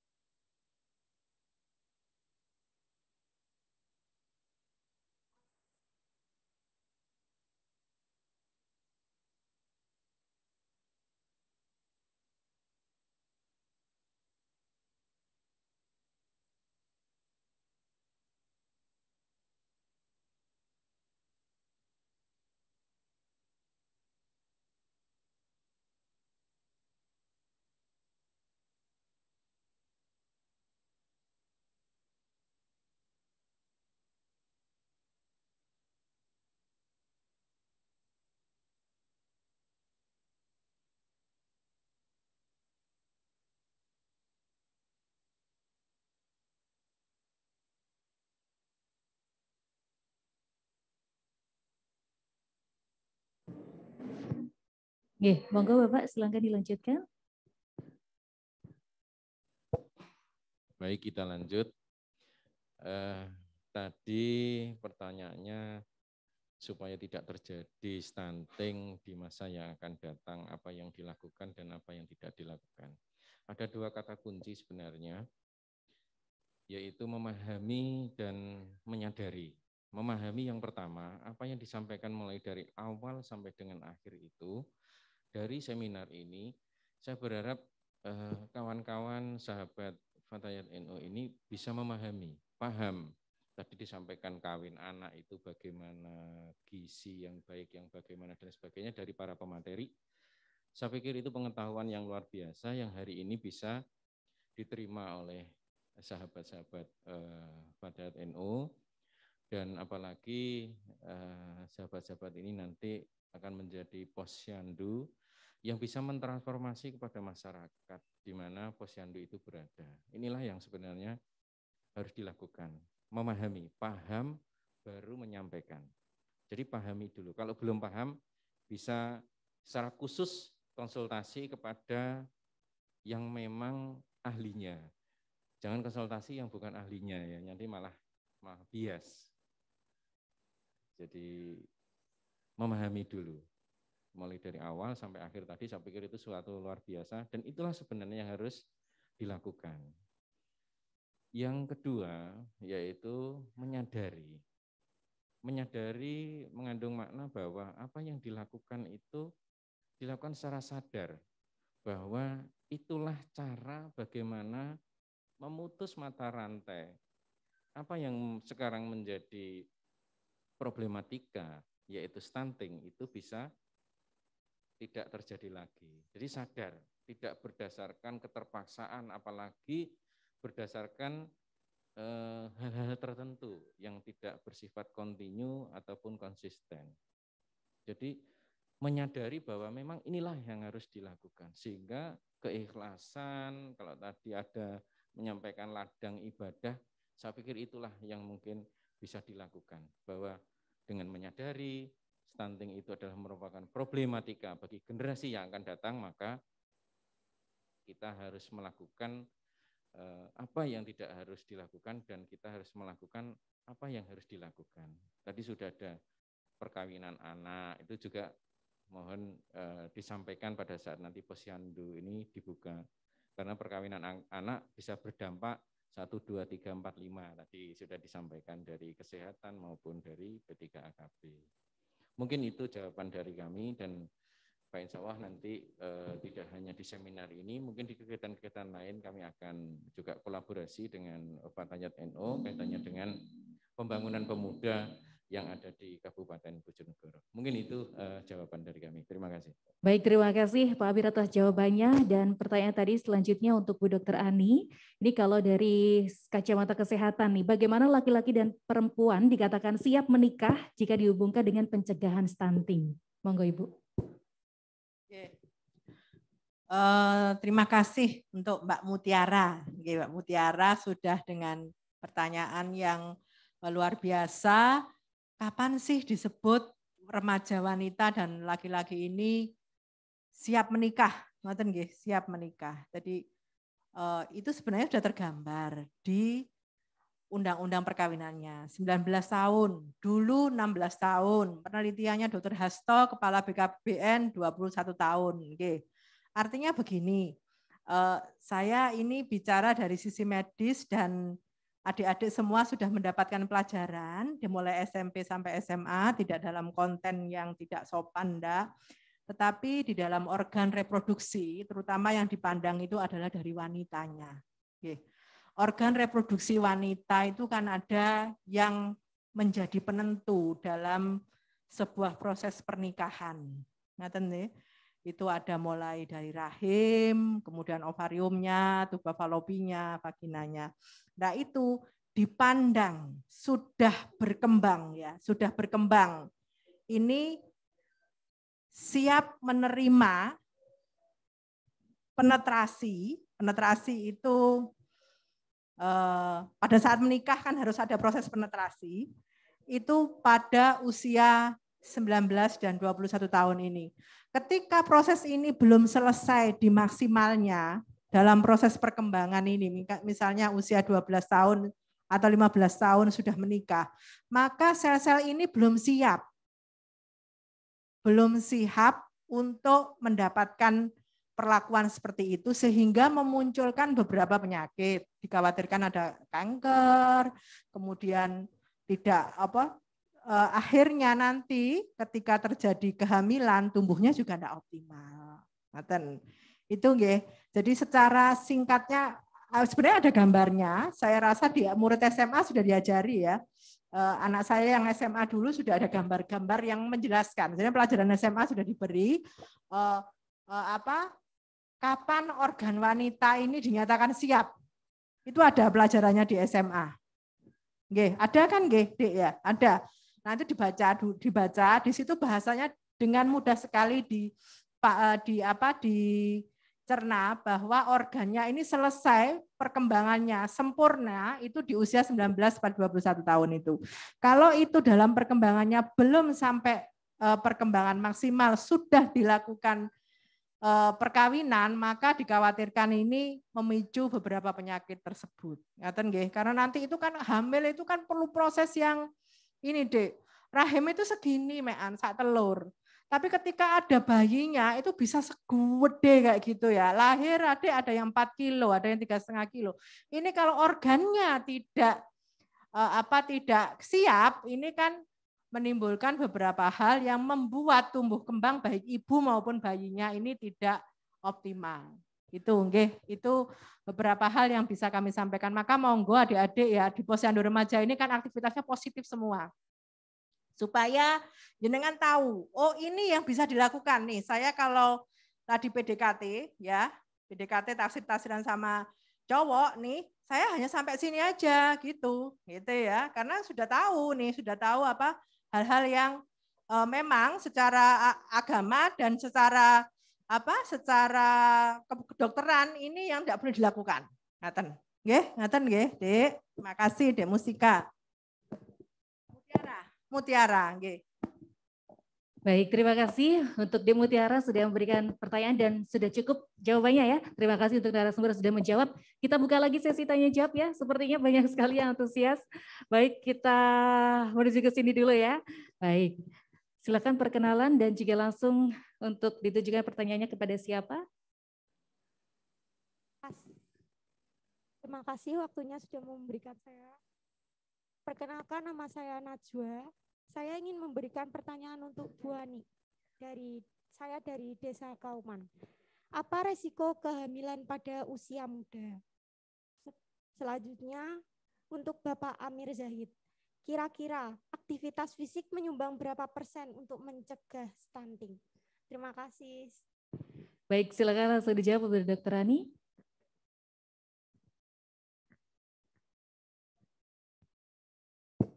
Oke. Apa akibatnya ketika perempuan ini hamil di usia yang muda? Hamil terlalu muda, terlalu tua, terlalu banyak anak, terlalu dekat jaraknya. Itu yang ada di P3AKB. Ya. Jadi memang tidak boleh ya hamil terlalu tua, terlalu muda, terlalu dekat jaraknya, kemudian terlalu banyak. Kenapa? Karena organnya memang belum siap, Dek. Organnya memang belum siap, masih berkembang, ya. Rahimnya ini masih berkembang, belum dalam taraf disebut matang. Kemudian harus menerima pembuahan, ya, yang menyebabkan organ rahim ini harus beradaptasi sedemikian rupa untuk menampung bayi. Nah, ini dikhawatirkan otot-ototnya belum kuat. Ini muncul nanti berbagai masalah, mulai dari kemungkinan perdarahan pada saat melahirkan dan lain-lain sekali. Itu beberapa hal. Jadi ditunggu dulu siap supaya dia ini mampu untuk beradaptasi secara optimal ketika dia mengandung. Ya dari segini loh, Dek, menjadi gede gini. Ya, nah, itu kan diperlukan proses ya. Dia harus berkembang untuk menyesuaikan besar bayi. Nah, kalau ini masih berkembang, tapi sudah suruh beradaptasi seperti itu. Nah, ini yang menyebabkan hal yang memicu beberapa masalah pada saat persalinan yang pada akhirnya nanti akan memunculkan berbagai komplikasi pada saat dia melahirkan. Terima kasih untuk Dek Naswa. Terima kasih Bu Dr. Ani. Ya, tadi pertanyaan selanjutnya.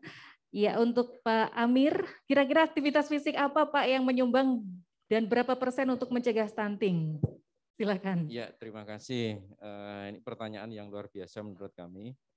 Dan memang belum ada penelitian berapa persen menyumbang aktivitas fisik itu dalam pencegahan stunting. Tetapi kalau kita mau melihat setiap mereka yang hidup pastilah bergerak, dinamis. Artinya apa? Kegiatan fisik yang mungkin saya sampaikan di dalam materi kami itu adalah bagaimana pergerakan fisik yang itu bisa memicu pertumbuhan kita itu bisa bertumbuh secara normal. Artinya karena pergerakan-pergerakan fisik seperti stretching, melompat, bergerak dari satu tempat ke tempat lain dan sebagainya, berlari, terus meloncat, itu adalah pergerakan-pergerakan yang bisa memicu organ tubuh kita ini untuk beraktivitas secara maksimal. Artinya ketika organ tubuh kita ini bergerak atau aktivitas fisik secara maksimal, ini metabolisme tubuh kita ini akan selalu berganti. Dan asupan-asupan makanan yang mungkin dibutuhkan itu juga pastilah akan lebih banyak dibanding mereka yang tidak memiliki aktivitas yang tinggi.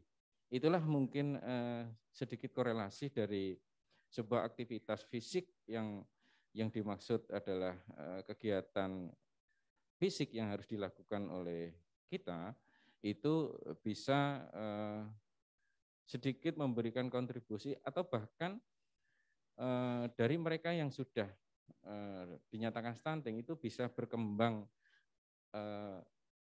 lebih bisa berkembang daripada mereka yang tidak melakukan aktivitas. Artinya tidak bisa diambil prosentase berapa persen menyumbang dari dalam pencegahan stunting ini karena memang masih belum ada penelitian.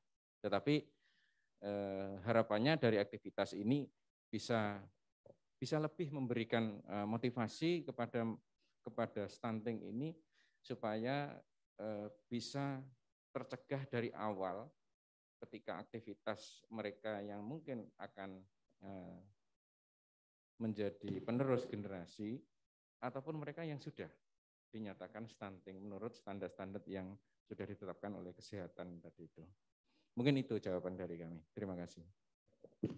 Terima kasih atas jawabannya Pak Amir. Nah, mungkin di sini sebelum saya berikan kesempatan untuk penanya satu, saya juga ingin bertanya nih, mohon maaf, mohon izin ya para narasumber.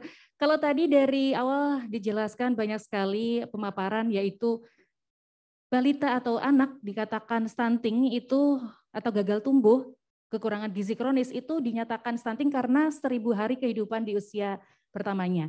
Namun ternyata seiring waktu pemaparan dijelaskan juga bahwa salah satu aktivitas fisik itu bisa mencegah stunting. Nah, kira-kira dari pernyataan seperti ini mungkin bisa dijelaskan nih Bu Dr. Ani atau mungkin juga Pak Amir nih. Kira-kira bagaimana ya ketika sudah dinyatakan stunting, tapi apakah stunting itu bisa sembuh atau dihentikan untuk stuntingnya itu gimana ya? Ngeten, oke, monggo Ibu.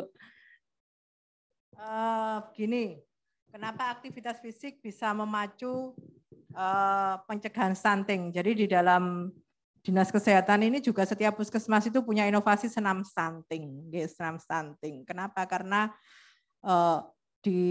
dari aktivitas fisik tersebut maka tulang ini tumbuh. Tulang itu kan tinggi, tumbuh untuk tinggi, memanjang. Itu kan ada sel-selnya, ada osteo. Namanya kalau di pelajaran biologi ada osteoklas menjadi osteoblast. Nah, itu dipicu oleh aktivitas fisik. Nah, itu yang menyebabkan dia memanjang dan membesar. Nah, itu dari ketika dia sudah usia anak-anak juga seperti itu, dia harus tumbuh optimal ya masa. Jadi kalau disebut stunting itu kan 1000 hari kehidupan itu mulai dia hamil ya, dikandung oleh ibunya sampai dia berusia 2 tahun. Itu intervensi yang 1000 hari yang dia bisa mencegah jatuh ke stunting. Nah, tapi kemudian kalau dia sudah jatuh stunting gimana? Ya, ini memang agak angel kalau sudah jatuh ke stunting itu angel. Kita intervensinya ya dari aktivitas fisik, kemudian diberi dia makanan atau minuman bergizi. Tapi ini rata-rata sulit sekali. Coba tanya sama Pak Agus sama Bu Dr. Vivin, ini sulit sekali ya mengeluarkan mereka ketika dia sudah jatuh ke stunting. Bisa-bisanya mereka keluar tuh ketika usianya sudah 5 tahun itu dikeluarkan dari angka stunting. Jadi kenapa kita fokusnya di 1000 hari itu? Karena ketika dia sudah jatuh ke stunting, ini memang angel untuk menarik kembali dia untuk tidak stunting, ya karena ada kriteria tadi itu tinggi badan dan ini. Kemudian ada yang tanya nih, saya punya saudara, tingginya kecil anaknya, tapi dia juara kelas terus gitu ya. Nah, artinya begini, kalau mungkin tidak stunting, ya dia yang di pencapaiannya itu lebih dari itu. Itu. Jadi itu yang bisa. Jadi stunting ini akan menurunkan kecerdasan, ya. Tetapi kemudian apakah dia menjadi tidak cerdas? Ya cerdas. Banyak yang cerdas, banyak yang pinter. Tetapi kalau mungkin dia tidak stunting, ini menyebabkan dia bisa lebih pencapaiannya itu lebih daripada itu. Ngaten nggih, itu mungkin jawabannya. Terima kasih Bu Dokter, semakin mendapatkan pencerahan ya. Baik, silakan untuk penanya berikutnya. Ini merupakan penanya terakhir ya. Kami mohon maaf, silakan. Oke, Assalamualaikum warahmatullahi wabarakatuh. Perkenalkan, nama saya Rizkun. Saya dari Desa Kunci. Ingin menanyakan Bu, terkait kemarin kan saya pernah klarifikasi terkait posyandu remaja di Desa Kunci. Saya tanya terkait di bidan desa.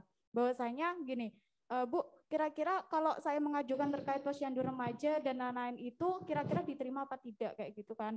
Nah, dari respon dari bidan sendiri bahwasanya posyandu remaja ini sebenarnya sudah ada, Dek, tapi kurang aktif kayak gitu. Nah, di situ kan saya datang terkait kalau saya datang untuk mau menggerakkan posyandu remaja dan teman-teman bagaimana gitu. Ya enggak apa-apa, tapi harus tanya kepala desa.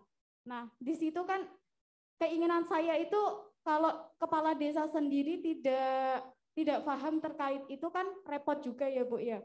Nah, keinginan saya dari Dinas Kesehatan itu memberi penekanan di setiap desa bahwasanya posyandu remaja ini wajib dilakukan karena itu begitu penting banget untuk para remaja juga.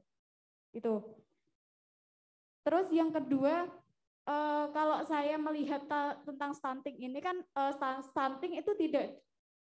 Tadi saya sedikit itu melihat terkait penyebab stunting. Stunting itu kan ada gangguan mental pada ibu ya.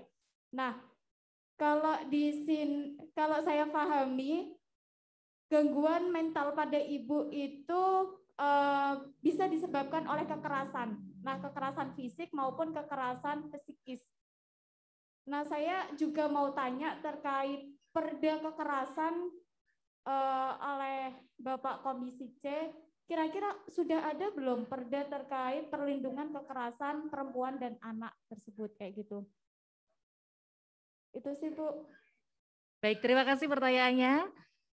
Ya, Bu Dr. Adi, ini terkait dengan pertanyaan pertama terlebih dahulu mengenai Dinas Kesehatan yang memberikan penekanan kepada desa-desa terkait adanya posyandu remaja. Monggo.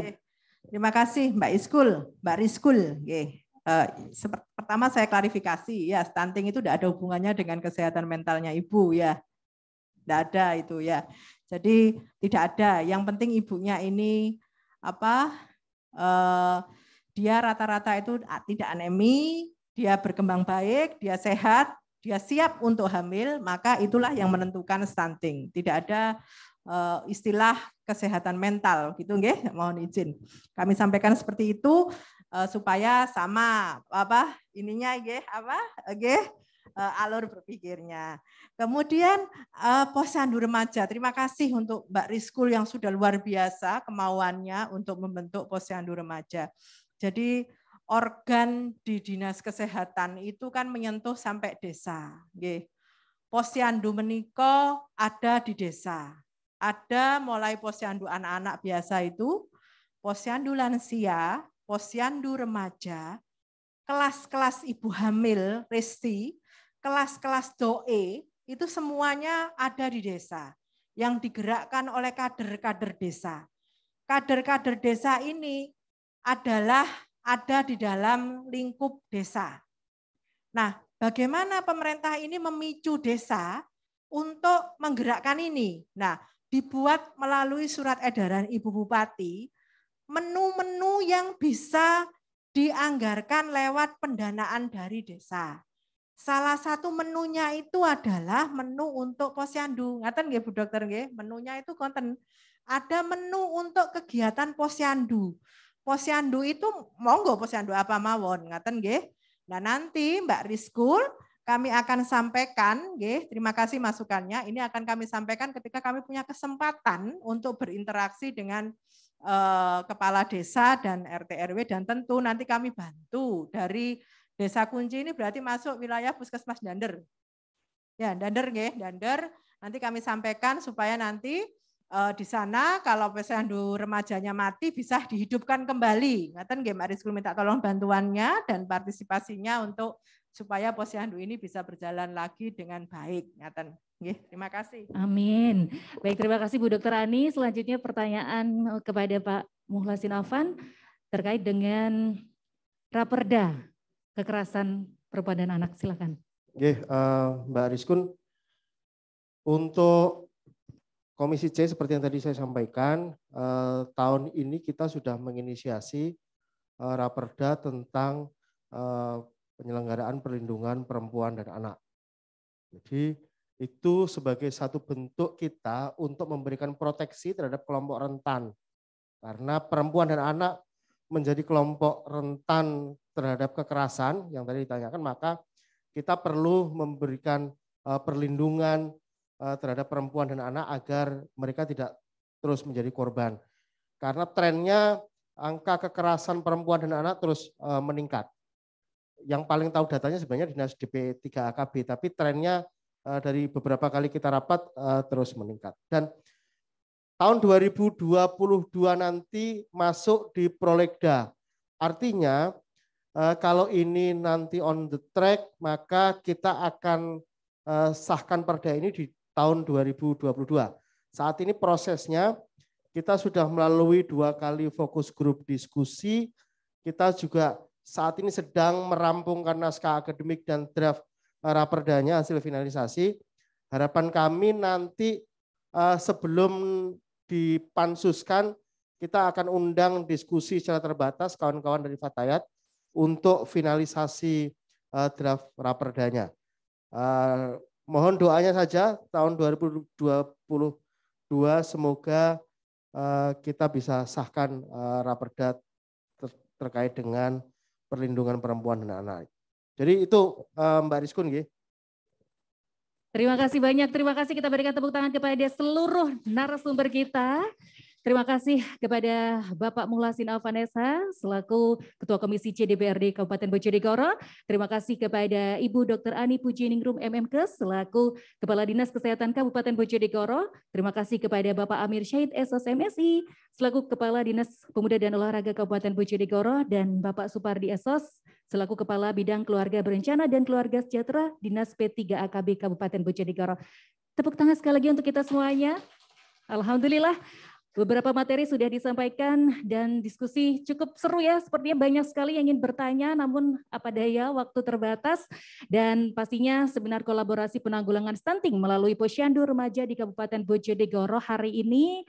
Semoga harapan kita semua bagaimana tercapainya percepatan penurunan stunting melalui koordinasi, sinergi, dan sinkronisasi di antara pemerintah daerah, pemerintah desa, dan pemangku kepentingan lainnya, serta dapat tercapainya sasaran pembangunan kesehatan sesuai rencana strategis dan Perpres 72 tahun 2021 dapat terlaksana. Amin, amin, ya robbal alamin. Sekali lagi berikan tepuk tangannya hadirin. Ya, menunjukkan semangat pada kesempatan hari ini. Selanjutnya kita akan menuju ke acara selanjutnya, yaitu penandatanganan berita acara serah terima ya. Baik, kepada yang pertama kali ini penandatanganannya yaitu berita acara serah terima keberlangsungan program penanggulangan stunting melalui Posyandu Remaja di Desa Panjunan, Kecamatan Kalitiduk, Kabupaten Bojonegoro. Kami mohon kepada Kepala Puskesmas Kalitiduk untuk maju Dan mohon berkenan didampingi oleh Ibu Kepala Dinas Kesehatan, Bu Dr. Ani untuk mendampingi. Nah, untuk penandatanganan kali ini yang menyerahkan adalah Ketua PC Fatayat Nahdlatul Ulama Bojonegoro diwakili oleh Mbak Nova selaku sekretaris, dan mengetahui juga didampingi kami undang Mas Malik untuk bergabung bersama.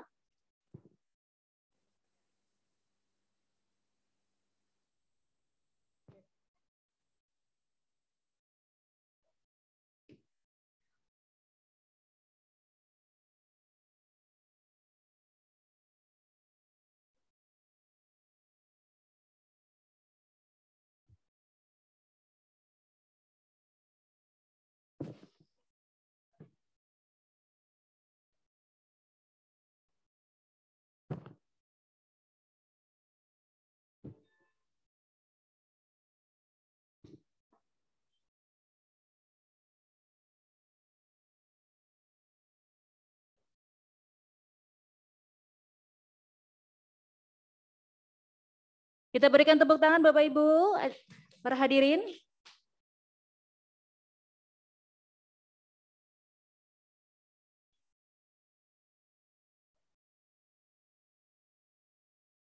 Monggo Mas Malik.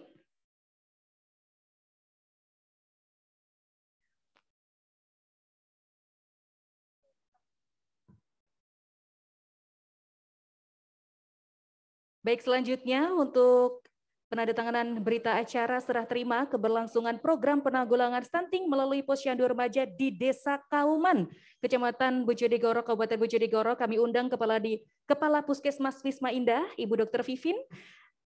Dan masih juga bersama kita di depan di sini ada Bu Dr. Ani mendampingi dan juga memberikan tanda tangan.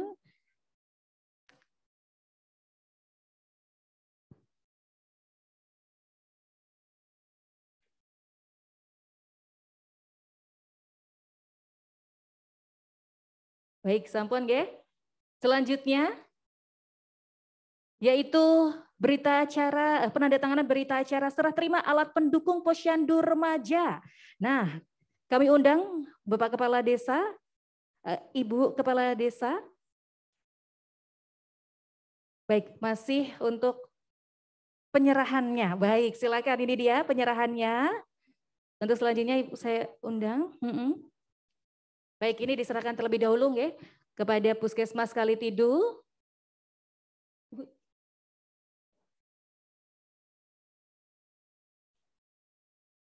Boten, ini Kepala Puskesmas terlebih dahulu ya, silakan. Nah, ini dia penyerahan.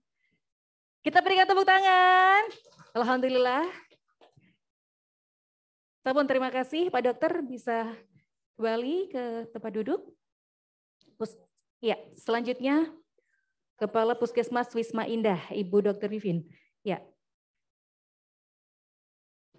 Ya.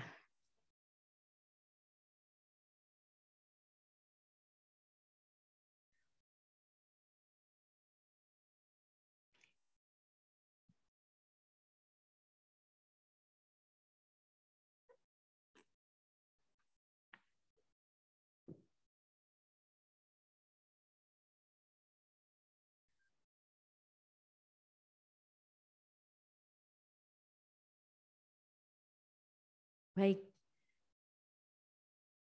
Rupanya cukup banyak tanda tangannya ya, beberapa rangkap ini. Ya, semangat.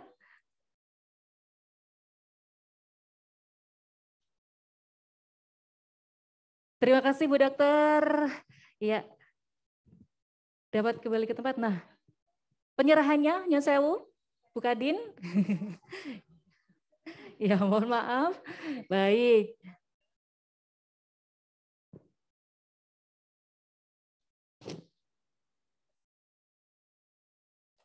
Yeay, kita berikan ucapan selamat dan semoga selalu sukses. Penyerahan telah dilaksanakan dan selanjutnya penandatanganan berita acara serah terima alat pendukung Posyandu Remaja. Nah, kali ini kami undang Kepala Desa Panjunan, Ibu Hajah Suharyati. Monggo, dan juga kepada Bu Bidan Desa Panjunan juga kami undang untuk bersama-sama ke depan. Dan yang menyerahkan kali ini masih dari ExxonMobil Cepu Limited untuk menandatangani, ada Mas Malik, dan juga dari PC Fatayat Nahdlatul Ulama ada Mbak Nova selaku sekretaris. Ya.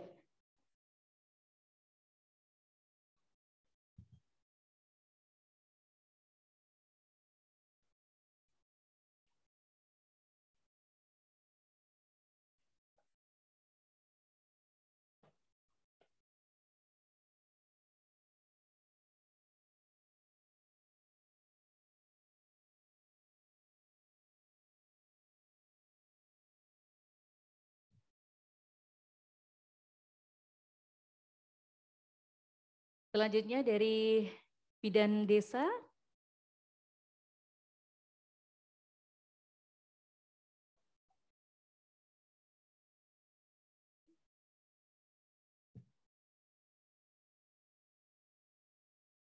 Selanjutnya Mbak Nova.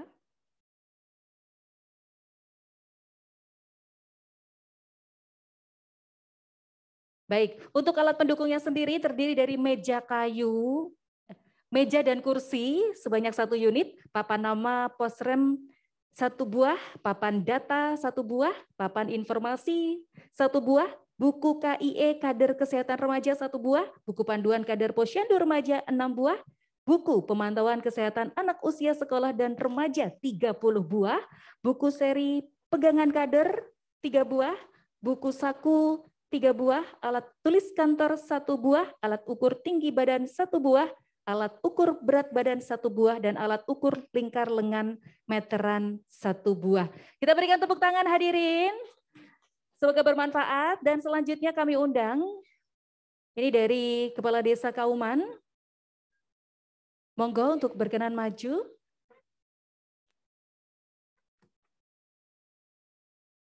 Baik, diwakili ya. Ya, dan kami undang juga Bidan Desa Kauman, Ibu Lulu Peggy Utami. Untuk menandatangani berita acara serah terima alat pendukung Posyandu Remaja, dan kembali juga nanti akan disambung tanda tangan oleh Mas Malik dari ExxonMobil Cepu Limited dan juga dari Ketua PC Fatayat Nahdlatul Ulama Bojonegoro diwakili Sekretaris Mbak Nova. Nah, untuk barang-barang yang diterimakan juga sama seperti tadi yang diterimakan oleh Kepala Desa Panjunan ya.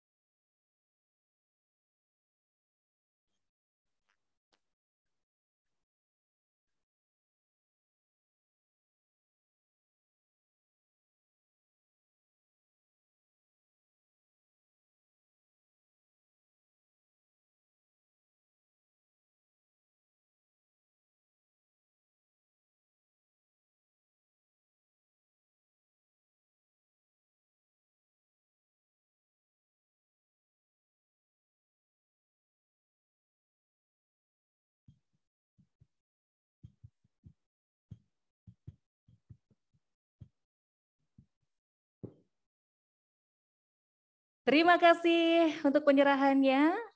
Ini secara simbolis ya. Ya, kita foto bersama. Nah.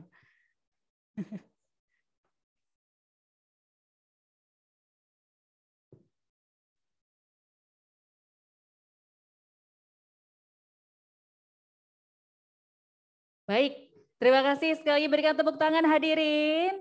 Iya, yuk tepuk tangan yuk. Ya, karena setelah ini kita sudah akan mengakhiri perjumpaan kita ya. Baik, terima kasih Mas Wali, terima kasih Mbak Nova dan juga seluruh pihak yang telah terlibat dalam acara ini. Nah, yang pasti berikut tadi seluruh rangkaian acara pada seminar kolaborasi penanggulangan stunting melalui Posyandu Remaja di Kabupaten Bojonegoro yang berlangsung hari ini, yaitu berlangsung di Oma Inspirasi, tepatnya hari Kamis tanggal 16 Desember 2021. Terima kasih kepada ExxonMobil Cepu Limited yang telah berkolaborasi bersama Fatayat Nahdlatul Ulama Bojonegoro. Terima kasih kepada Komisi C DPRD Bojonegoro. Terima kasih kepada Kepala Dinas Kesehatan Kabupaten Bojonegoro, terima kasih kepada Kepala Dinas Pemuda dan Olahraga Kabupaten Bojonegoro, dan terima kasih juga kepada perwakilan dari Dinas P3AKB Kabupaten Bojonegoro. Terima kasih juga kepada seluruh hadirin yang hadir dalam offline maupun online. Kita tepuk semangatnya. Salam Germas.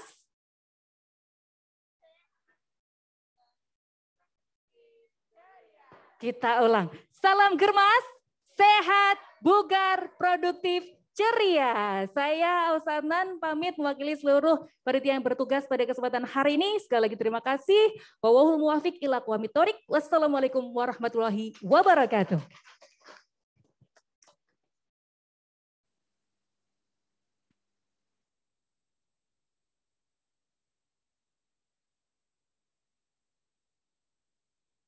Baik, kami persilakan kepada seluruh tamu undangan untuk menikmati hidangan makan siang.